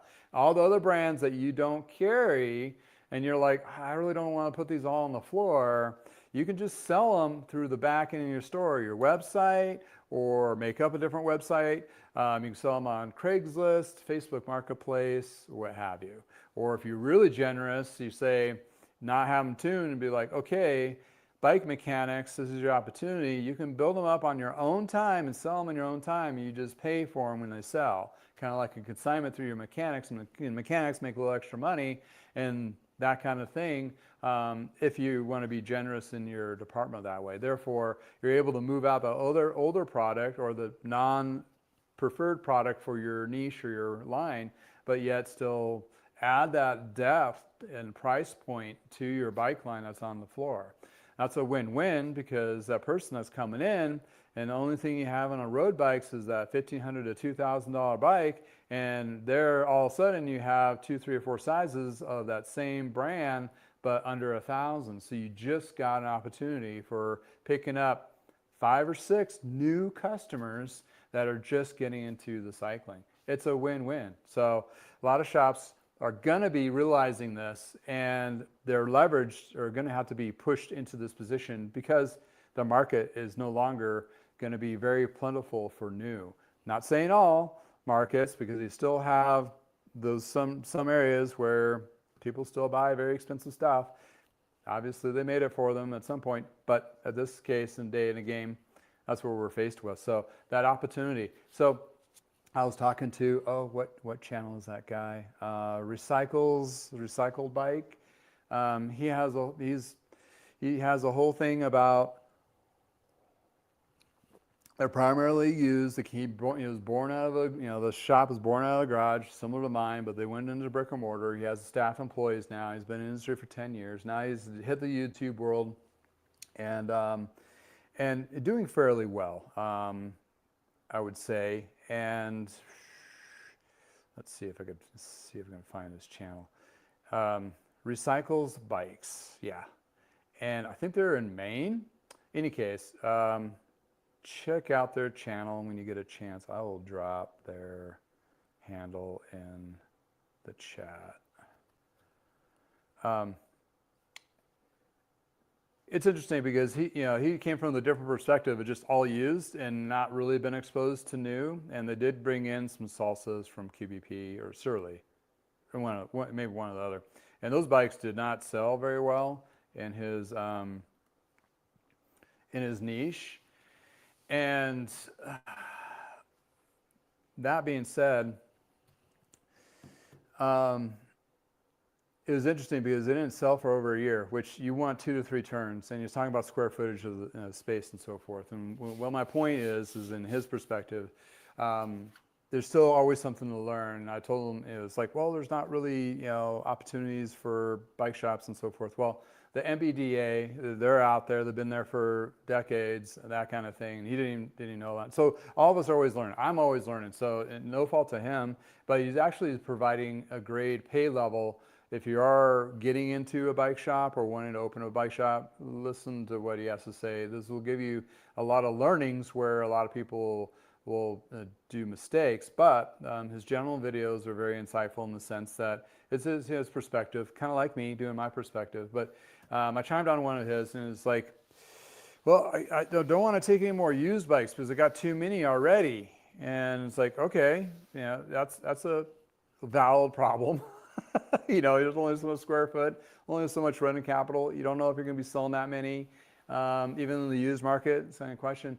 But I'm like, well, you can also part out bikes. I mean, there's a whole market for that. Like that, in the conversation intrigued and went forward from there because even though, okay, I'm looking at bikes now, the prices have gone so low, also reselling so low. So I got to be very careful of how much time or parts I'm going to put into it. Is it going to make me a profit to sell that bike, or enough profit to cover that my efforts to put into it? Or if I get that bike and it does need like a rear wheel, like something like this, or the crank is bad, could I sell out the rest of the parts, like the shifters and the brakes and the frame and fork and so forth? Because the parts have a little bit higher value right now, especially older parts on certain vintages. Therefore, you can actually make more of a profit over selling the 10 to 15 parted out bike in units, and then you can recover your costs on it a little faster because the turn on those are a little bit faster. Case in point, it takes you 3 to 6 months to sell one bike versus you can sell the cost of the bike part through some of the parts within a month. So the turn rate is going to be a lot higher. Therefore, you're going to make more of a profit in the long run. And those leftover parts, like a derailleur, a front derailleur, or a wheel, or whatever, might take a little longer to sell those. But once those are already paid for, therefore, it's just pure profit, and they're just eventually going to flush out. The more number of items you have on your website and eBay and Facebook Marketplace and Craigslist and all those other places, it just gives you more traffic as well. So if you take that opportunity, you can take that $200, $300 purchase on a used bike and may not be able to make the $600 that you need to make for parts and labor, be able to part it out and still make the $300 to $400 on the actual parting out of the bike, even though you don't have to put parts into it. So I did this back in the early 2000s. It was a side hustle of mine, and it did fairly well. And I just kind of, my life changed and I went a different direction for a little while. But that is how my business has shifted from just primarily selling refurbished bikes, brand new, not doing any service, to doing a lot of service and now selling parts and frames and doing some whole bikes, but it's more of a healthier mix. That's just a reflection on the demand and what I'm actually selling. I'm gonna go the direction. That's my shift. It's not a oh crap lever, but it's my shift. That's my flexibility of what my business is. So looking at recycles bikes, if they take that step back and go, wait, we can sell all these parts and frames through those portals, and then for me, it's really helped out the off season because when it was snowing outside last time, those huge flakes, I had 3 bike frames and a handful of parts going out the door. So there are lose of, you can still make some profitability in crappy weather in your market. Brick and mortar stores are really reliant on good weather. And if you don't have that good weather, boy, you better figure out another way to move that inventory, or you're just going to be sitting there and constantly cleaning the shop until somebody actually walks in the door. So that's one of those many opportunities where an independent bike dealer can do that. Even on a bigger scale of like Will and Sprocket, where they have 10 locations, they've started to shift. I mean, yeah, it's a slower shift, but they have that opportunity of saying, this is something we can do, and how we're going to do it. They run a kind of, they're very smart. So they're going to do a couple test runs or whatever before they actually launch out something like that. But they have opportunity of doing that. Here's the other thing that the article in Retailer was, in a sense, and I don't know if they actually covered it or not, but where can I or a bike shop influencer or a bike person influencer on YouTube, and you can generate revenue from that, the passive revenue. You probably saw it's like a little plug for Mendham bicycles where I get a little kickback, whatever gets sold. They're decent bikes for price points are great, and they're new. They get shipped to you for free. Link below. But that's one of many. I can, like I just got picked up as an affiliate. I haven't done any of the plugs in yet for it, so I'm not sure. So it's a learning curve for a bike mechanic. But Jensen's USA, they sell parts, bikes, and everything. There's an opportunity there for doing that passive. I do a couple of videos on their stuff and so forth. Bike shops can do the same thing, either selling their own stuff. A lot of the bike shops have a QBP, and they can go through the program that they have that sells direct to consumers. You can do that. There's a couple shops that are taking that to the extent. Competitive Cyclists is one, and 365 Cycles is another, where I buy parts from because they bring the prices down because they're just thinking volume, and they're just going to kick because it's a non-touch point for them. Once they set it, they forget it, and they just get a check at the end of the day.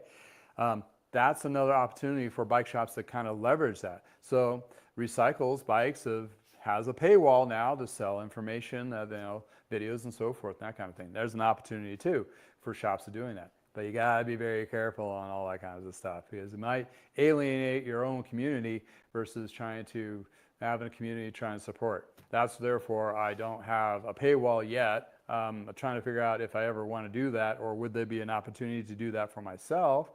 But if the paywall is there, it's basically just support my channel. Well, you can support my channel by buying t-shirts like this on the shop shelf underneath, or go to my website and you'll see that as well. Or various other things. I have a Amazon shop store. You can go look at stuff there and get a small percentage. All those little things adds up. Therefore, it has nothing to relate with tuning up bikes and doing repairs and selling parts and frames. That's the thing. It's a whole separate buckets that can help things go along fine. Like I have a couple videos that take off. It does help. Does it pay all the bills? No. Will I be rich from it? No. But it does help the slower months. It helps the rougher patches, all those little things. So therefore, that's where you're going to see, not just in bike shops. You're going to see that in manufacturing. Well, they're not manufacturers. They're just bike companies that have bikes manufactured for them, and they market it, test it, and design. Those companies are going to be looking for different revenue avenue streams, because when you're looking at Trek Specialized and Pond, where they have retail locations, they're going to really try to push service, but that's only going to go so far. Specialized has got in bed with Silka waxing, do waxing preferred centers. That I have not seen it fully advertised yet, but talking to the people at Specialized in their store, they know of it, and yes, they're going to go that direction. They're just thinking of that as more of a high-end opportunity. Although, one of you guys that are watching me going, I don't wax my chain for the, the wattage efficiency. I don't wax it for the durability for my componentry. I wax it so I don't have the damn mess of putting bikes on and off the rack and getting it all over my clothes and legs or wherever else. Because if anybody's had a dirty chain and got rubbed up on your leg, and you go into your house, you sit on your couch because you're just tired and rubbed off that grease stain right onto your white couch, whew.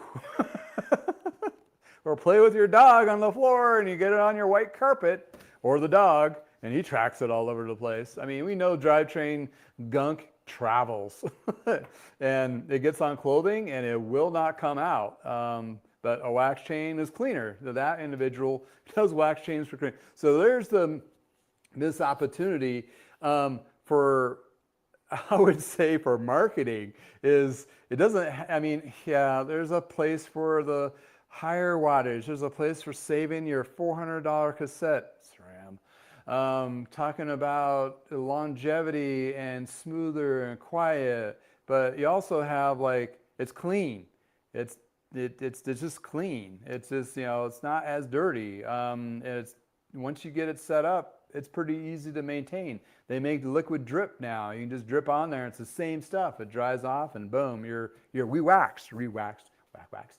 And you don't have to have the melting pot, and you just see a service like mine or a lot of the other new shops that are coming out are going to have wax services where you bring in your chain and your bike and like, hey, can you re-wax that? $20 or whatever it is. I mean, it saves you the hassle, and it's re-waxed with the silica. So, I mean, therefore, that's where you're going to see in a lot of even the corporate stores, and even possibly like Specialized is going in that direction. Well, you got to think about Specialized. They just had a warehouse built for them in Salt Lake, where they're now owning the building versus the one they were renting, which is a good play. But the warehouse itself is quadruple the size of the space that they need. Therefore, they already had minds of being a distributor of other brands through that warehouse. So, that kind of thinking.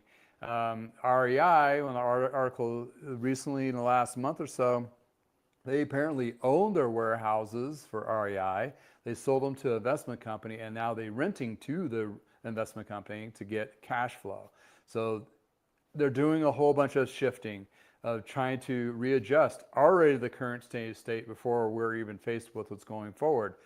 What's going to go forward with a lot of these companies is they're going to be working their hardest to try to sustain and do good, in a sense of hopefully try to appease those people that are riding, because there are people riding their bikes, and there are people buying bikes. Not as much probably, but there's still that used market. Trek has leveraged that to some level with their Red Barn refresh of their Treks. They only have to shift that down a few price points and bring in a little bit lower. And they're basically outbeating the Pros Closet. And the Pros Closet's been refreshed, and this is a very great time for them if they do it right. But what I've seen so far, there's still price points on their bikes are still competing with new price points that are discounted. They need to bring in a whole new layer of bikes that are lower, and they're also pigeonholing themselves to only going back to 2018 and nothing older. When you look at Wheat Ridge that I just showed you, a couple of their bikes that they had, they're older models, and the price points are within that sweet spot. What is that sweet spot? Sweet spot is between 400 to 1,000 right now. Those are only the bikes that are really going to be moving in volume. Anything above that is going to be a little bit harder to push or move. And anything less than that, you get kind of in the danger zone of not being built, safety-wise, like department stores, what have you. But hey, they still make a decent bike. Will it last as long? Probably not. If it's put together correctly, it'll do fairly well for a season or two just to get to the next level, or when your financial situation is better, or you find that opportunity to find a nicer bike. So there's a lot of different perspectives and directions you can go with that. So needless to say, that is our chaotic state of the state for sure. So anybody want to chime in on that? Go for it. What have you been seeing in your neck of the woods? Is everybody picking up, being busy? You're seeing people on the bike paths, commuting on e-bikes? I mean, that's what I've been seeing here. And we had a little cold snap, but we're going to get a warmer trend here, being back into the 80 degrees Fahrenheit by the weekend. I'm looking forward to getting out there and doing some more riding. And, my customers are going to definitely be pinging me to do service and so forth here shortly, which I already have, enough to keep myself busy. Plus I have I'd say another 10 projects between bikes and parts and other things that I need to either clean up, list, and sell, and spring cleaning kind of thing. But in the market in Colorado, we really don't see. I mean, we could have some really good weekends in April that really kickstart the season. We had a couple decent in March. Kind of it's a teaser kind of thing, and people are just. They're reluctant to have anything fixed until they need it, right? Especially now. So they're not going to get that flat fixed or the bike tuned up until they need it yesterday. And there alludes a lot of these bike shops are going to try to push more faster turnaround times and so forth, which that's a that's a two-way street. I mean, you can do it, but you compromise other things. as in quality of service and so forth. But if you do it right, I think they're going to be really attentive of higher level, better service, not letting anything go out the door that's questionable. Reason being is they need every repair to be a positive repair, because none of them can't lose even a single customer. That includes me. I mean, every customer I need, just to make sure everything is going right, and going the right direction and sustain through these challenging times. We'll see. Challenging indeed. And I don't think you're going to see a lot of new product being released, because they'll be tariffed the hell out of right now.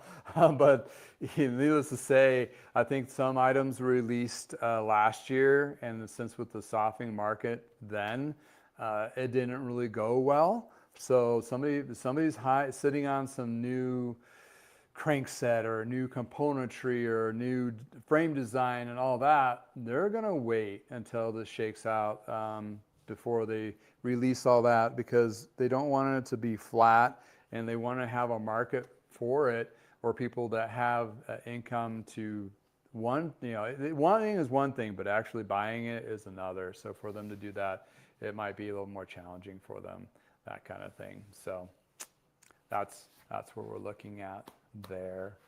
Yeah, so I'm really excited to get into this Fairlight and dive into that bad boy and do some fun installing of new parts. What's that like?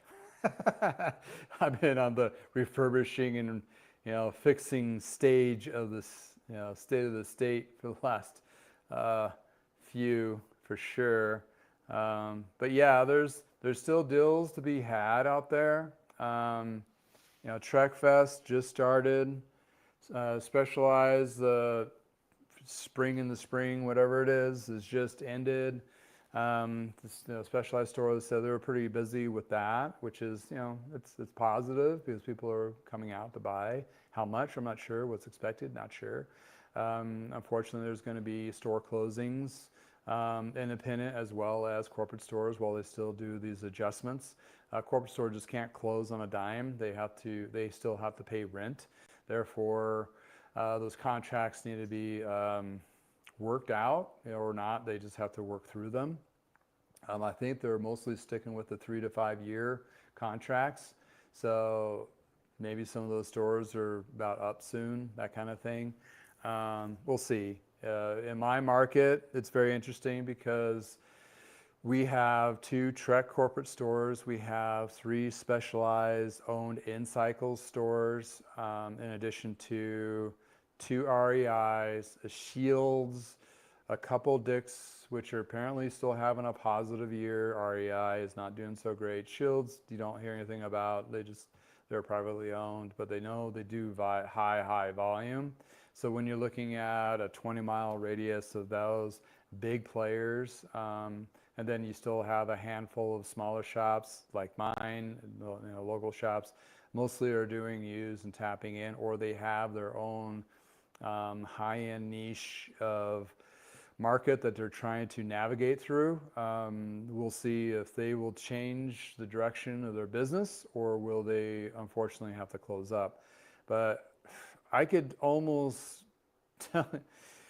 I would almost guarantee you 2 of the corporate stores, Trek and Specialized, will probably be closed down when they can. It may not be this year, whenever that is, but I'm pretty sure, because the market is not going to sustain it, the volume of, what have you. But there's still people riding. There's still people out there, buying some e-bikes, lower end bikes, and also the used market is still going to be, I think, going to be plentiful. That's my prediction for this year. But we'll see. We'll have to see what happens in the next month or so, where we're at. But some people have been saving up their money. The guy that got the Fairlight, yes, he has the means to, he didn't, he's doing fun bikes that he knows he likes, and if it doesn't work out, he'll move them. I have another customer that's bringing in a couple bikes this weekend for me to sell for them because they're like, okay, these didn't really work out for us. I want you to sell them. They're 2024s. They're new. So newer, and knowing them, they didn't ride, they're not hard on bikes, so they're pretty much in new condition. So that'd be a great opportunity for somebody to pick up some good used ones there through me.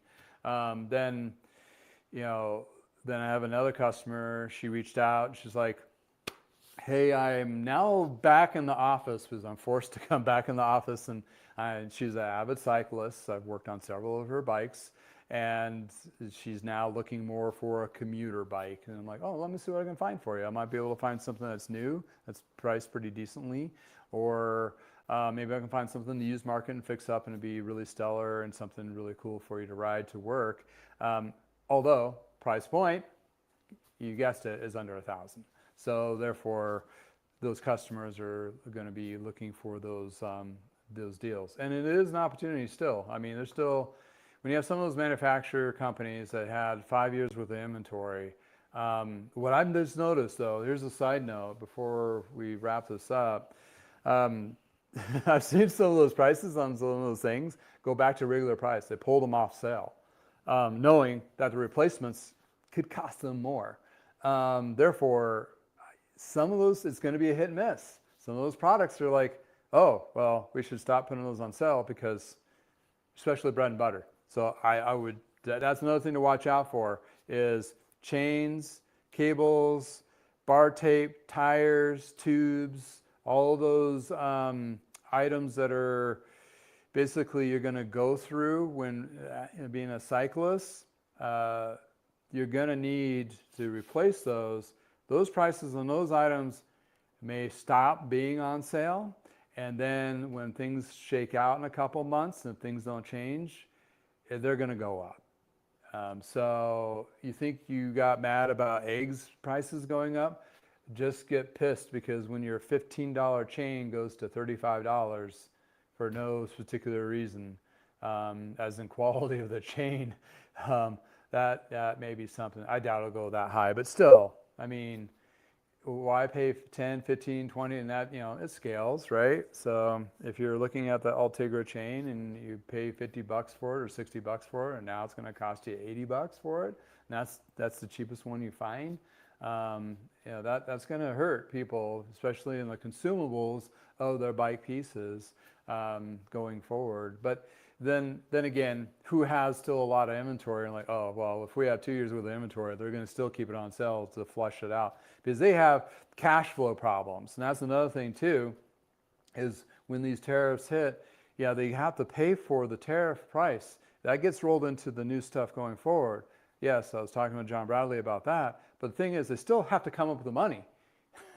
that dives into their cash flow. So they need to generate income somewhere to pay for the tariffs to offset. So it is a colossal cluster. So yeah, sorry if you're out of the United States looking in.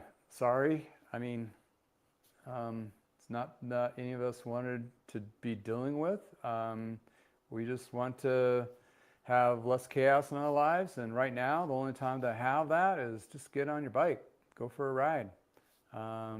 Treat yourself to, you know, a light lunch somewhere on the road or a happy hour somewhere when you're on, you know, on a group ride or trying to, you know, try to get into those party pace rides. That's another one of you guys in the chats have mentioned on the comments is people are intimidated by group rides. So try to either start or if you're a shop, encourage like a party pace ride where it's just casual, light and polite. Start with something really short. I mean, like 10 miles, 15 miles. And your higher leader riders are going to ride it. Put them on a freaking tank. I mean, put a trailer or tools, slow their asses down. They'll get a workout as long as you're out there communicating and having a good time and showing the experience. That's what it's all about. And if you're trying to encourage those and cultivate that community, that's something you can really do.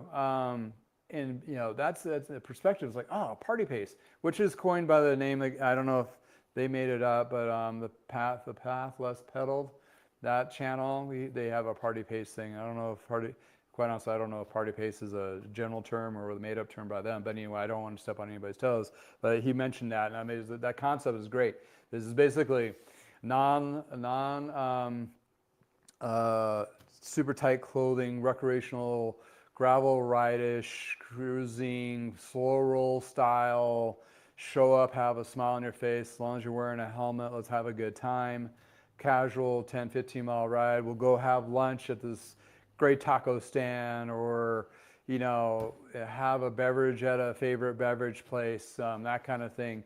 That's what, you know, I mean, I'd be down, you know, like, come on, you know, it's like 15 miles, I can handle that. I know I can easily, but a lot of people are just recreational riding, just starting off. 15 miles is pretty far. But if you make it distracting and fun and experience, and then they'll ride on their own, get a little stronger, and maybe have a couple different party pace levels. It doesn't have to be like your drop elite race ride, and then you have like your no drop ride, and you know, some of the staff members may have some attitude toward the no drop rides. You know, like, cultivate your community. Like, hey, who wants to be an ambassador of our shop? We'll give you whatever X discount or free tune-ups or whatever, and you just go out there and be like, hey, I'll bring up the rear all day long. I'm happy to be here because I know I'm here. You know, it's like, one of those, you know, positive things. And that's where a lot of shops, a lot of, you know, communities can build up, you know, just make it fun. And, you know, gets in a group of friends and not be intimidating, because my God, spandex is one intimidating thing just to wear in itself. And then when you're standing out there, you're projecting like, I'm this I'm a fat elitism writer that, you know, I don't know. I'm just making fun now. It's all about having a good time, right? Sorry about the doom and gloom. We do what we can, but really, it's all about, you know, do something special for your bike. Do something special for yourself. Do something special with your family. I'm gonna definitely get my daughter out on the tag along this weekend. Like, hey, we're going for a ride. We're gonna go ride to a park. We'll go play pirates for half an hour. Bring some snacks at the Boyd Lake that we have out here. They have a couple playground, looks like pirate ships. And then we'll just, you know, either ride to another place and have lunch, or we'll ride back home. Maybe I'll grab get my wife to ride with us, do some casual riding, because come on, it's all about having a good time, getting outdoors. We're all going to need some mental relief. In your neck of the woods, if it's nice, please go for a ride. If you like what you hear, see, learn, whatever from my channel, please comment below. Please put some comments in the comments. Things you might want to see, talk about, what have you. It is community here. If you have experiences, anything that we've talked about, either the truck behind me or the Fairlight, if you have one, I saw somebody chimed in on an earlier video. They have one, it's awesome. Please communicate and add to the community here. This is something that, should we be looking into or checking out or writing or what have you. It's cool to see cool things out there. And, and again, this channel, thank you for being part of this. I appreciate it. You make this channel what it is today. I'm on the cusp of hitting 11,000 viewers. That's insane. That blows my mind. There's that many people that are willing to listen to me jitter jabber part of the time anyway, and say it's okay to hang out and listen to you talk about your industry stuff, from yes, Tim, Parker Bikes back in the day. That's a invalid phone number. It's no longer. And then my 35 years of being in the industry, and I hope there's still 35 more in me to keep plugging away, because I just love working on bikes. I love the community. I love my customers.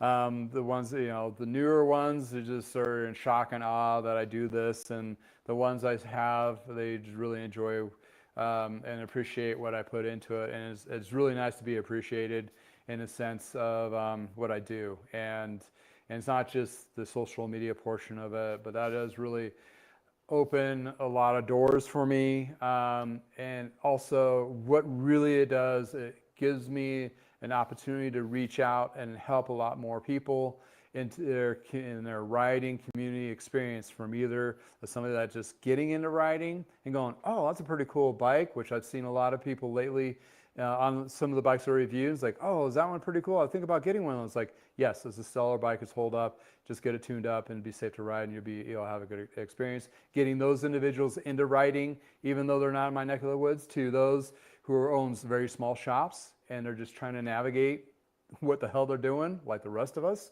or even the bigger shops that have been around for a long time, and they're like, yeah, we're in a weird world, and it's nice to hear somebody that just says what it is. Because again, I'm not a Kool-Aid drinker. I don't have brands. I don't have commitments I have to worry about. I just say what it is, and that gives us a safe place to communicate those things where we all are having really issues with. And it, some are valid, and some get a little off topic, but realistically, at the end of the day, we can do better. Everybody can do better, including myself. And I'm always trying to improve my craft. And David, thank you. Good day. Good afternoon. Gonna cut out the tail end here. But yes, if you just caught in this last end of it, please go back to the replay when it's ready and check it out. Oh yeah, David, you're on the Facebook. Hopefully it turned out well. Yeah, this is the first time pitching on Facebook as well as Instagram. Hopefully those platforms have worked. Please put comments below on either or. If it's like your sound is shitty or you're too weird or whatever. I'm paying a little more of a premium service, so the graphics, you should be able to see me a little bit better, not as fuzzy. A lot of people just put this on the background to listen to. If I'm talking to you in your bike shop, I hope you have a wonderful day. Hope those repairs are light and polite and really cool to work on. And again, just remember, just keep in mind who's riding that bike. There's somebody on that bike that wants to have a good experience, and just take your time and make sure it's safe and good for them. But we're all here to, we're all here to just make it fun.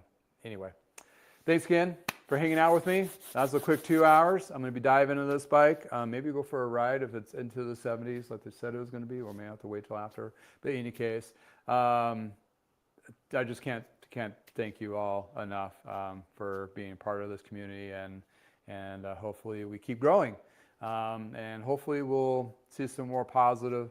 I'm gonna bring in more positive. Gotta just bring it in, because it's not gonna bring itself in this year. So you need to do it yourself. What's positive in your neck of the woods? Put that down. And again, thanks for hanging out with me. And until next time, if it's nice in the neck of the woods, go for a ride. And check out the links below in the descriptions. If you don't see those in your platform, check out my website, iknowaguybicycles.com. I'm going to be adding more fun stuff there, a learning center and all sorts of different things there. And again, if it's thanks for hanging out with me in the garage. And I know it may not look like a garage sometimes, but it is really just a garage door. You should see the people's faces when I open it up and they haven't seen it before. Like, oh. Thanks again. I hope you all have a wonderful day, rest of your week. And then again, if it's Tuesday, it's Shop Talks Tuesday. I'll see you next Tuesday. Take care.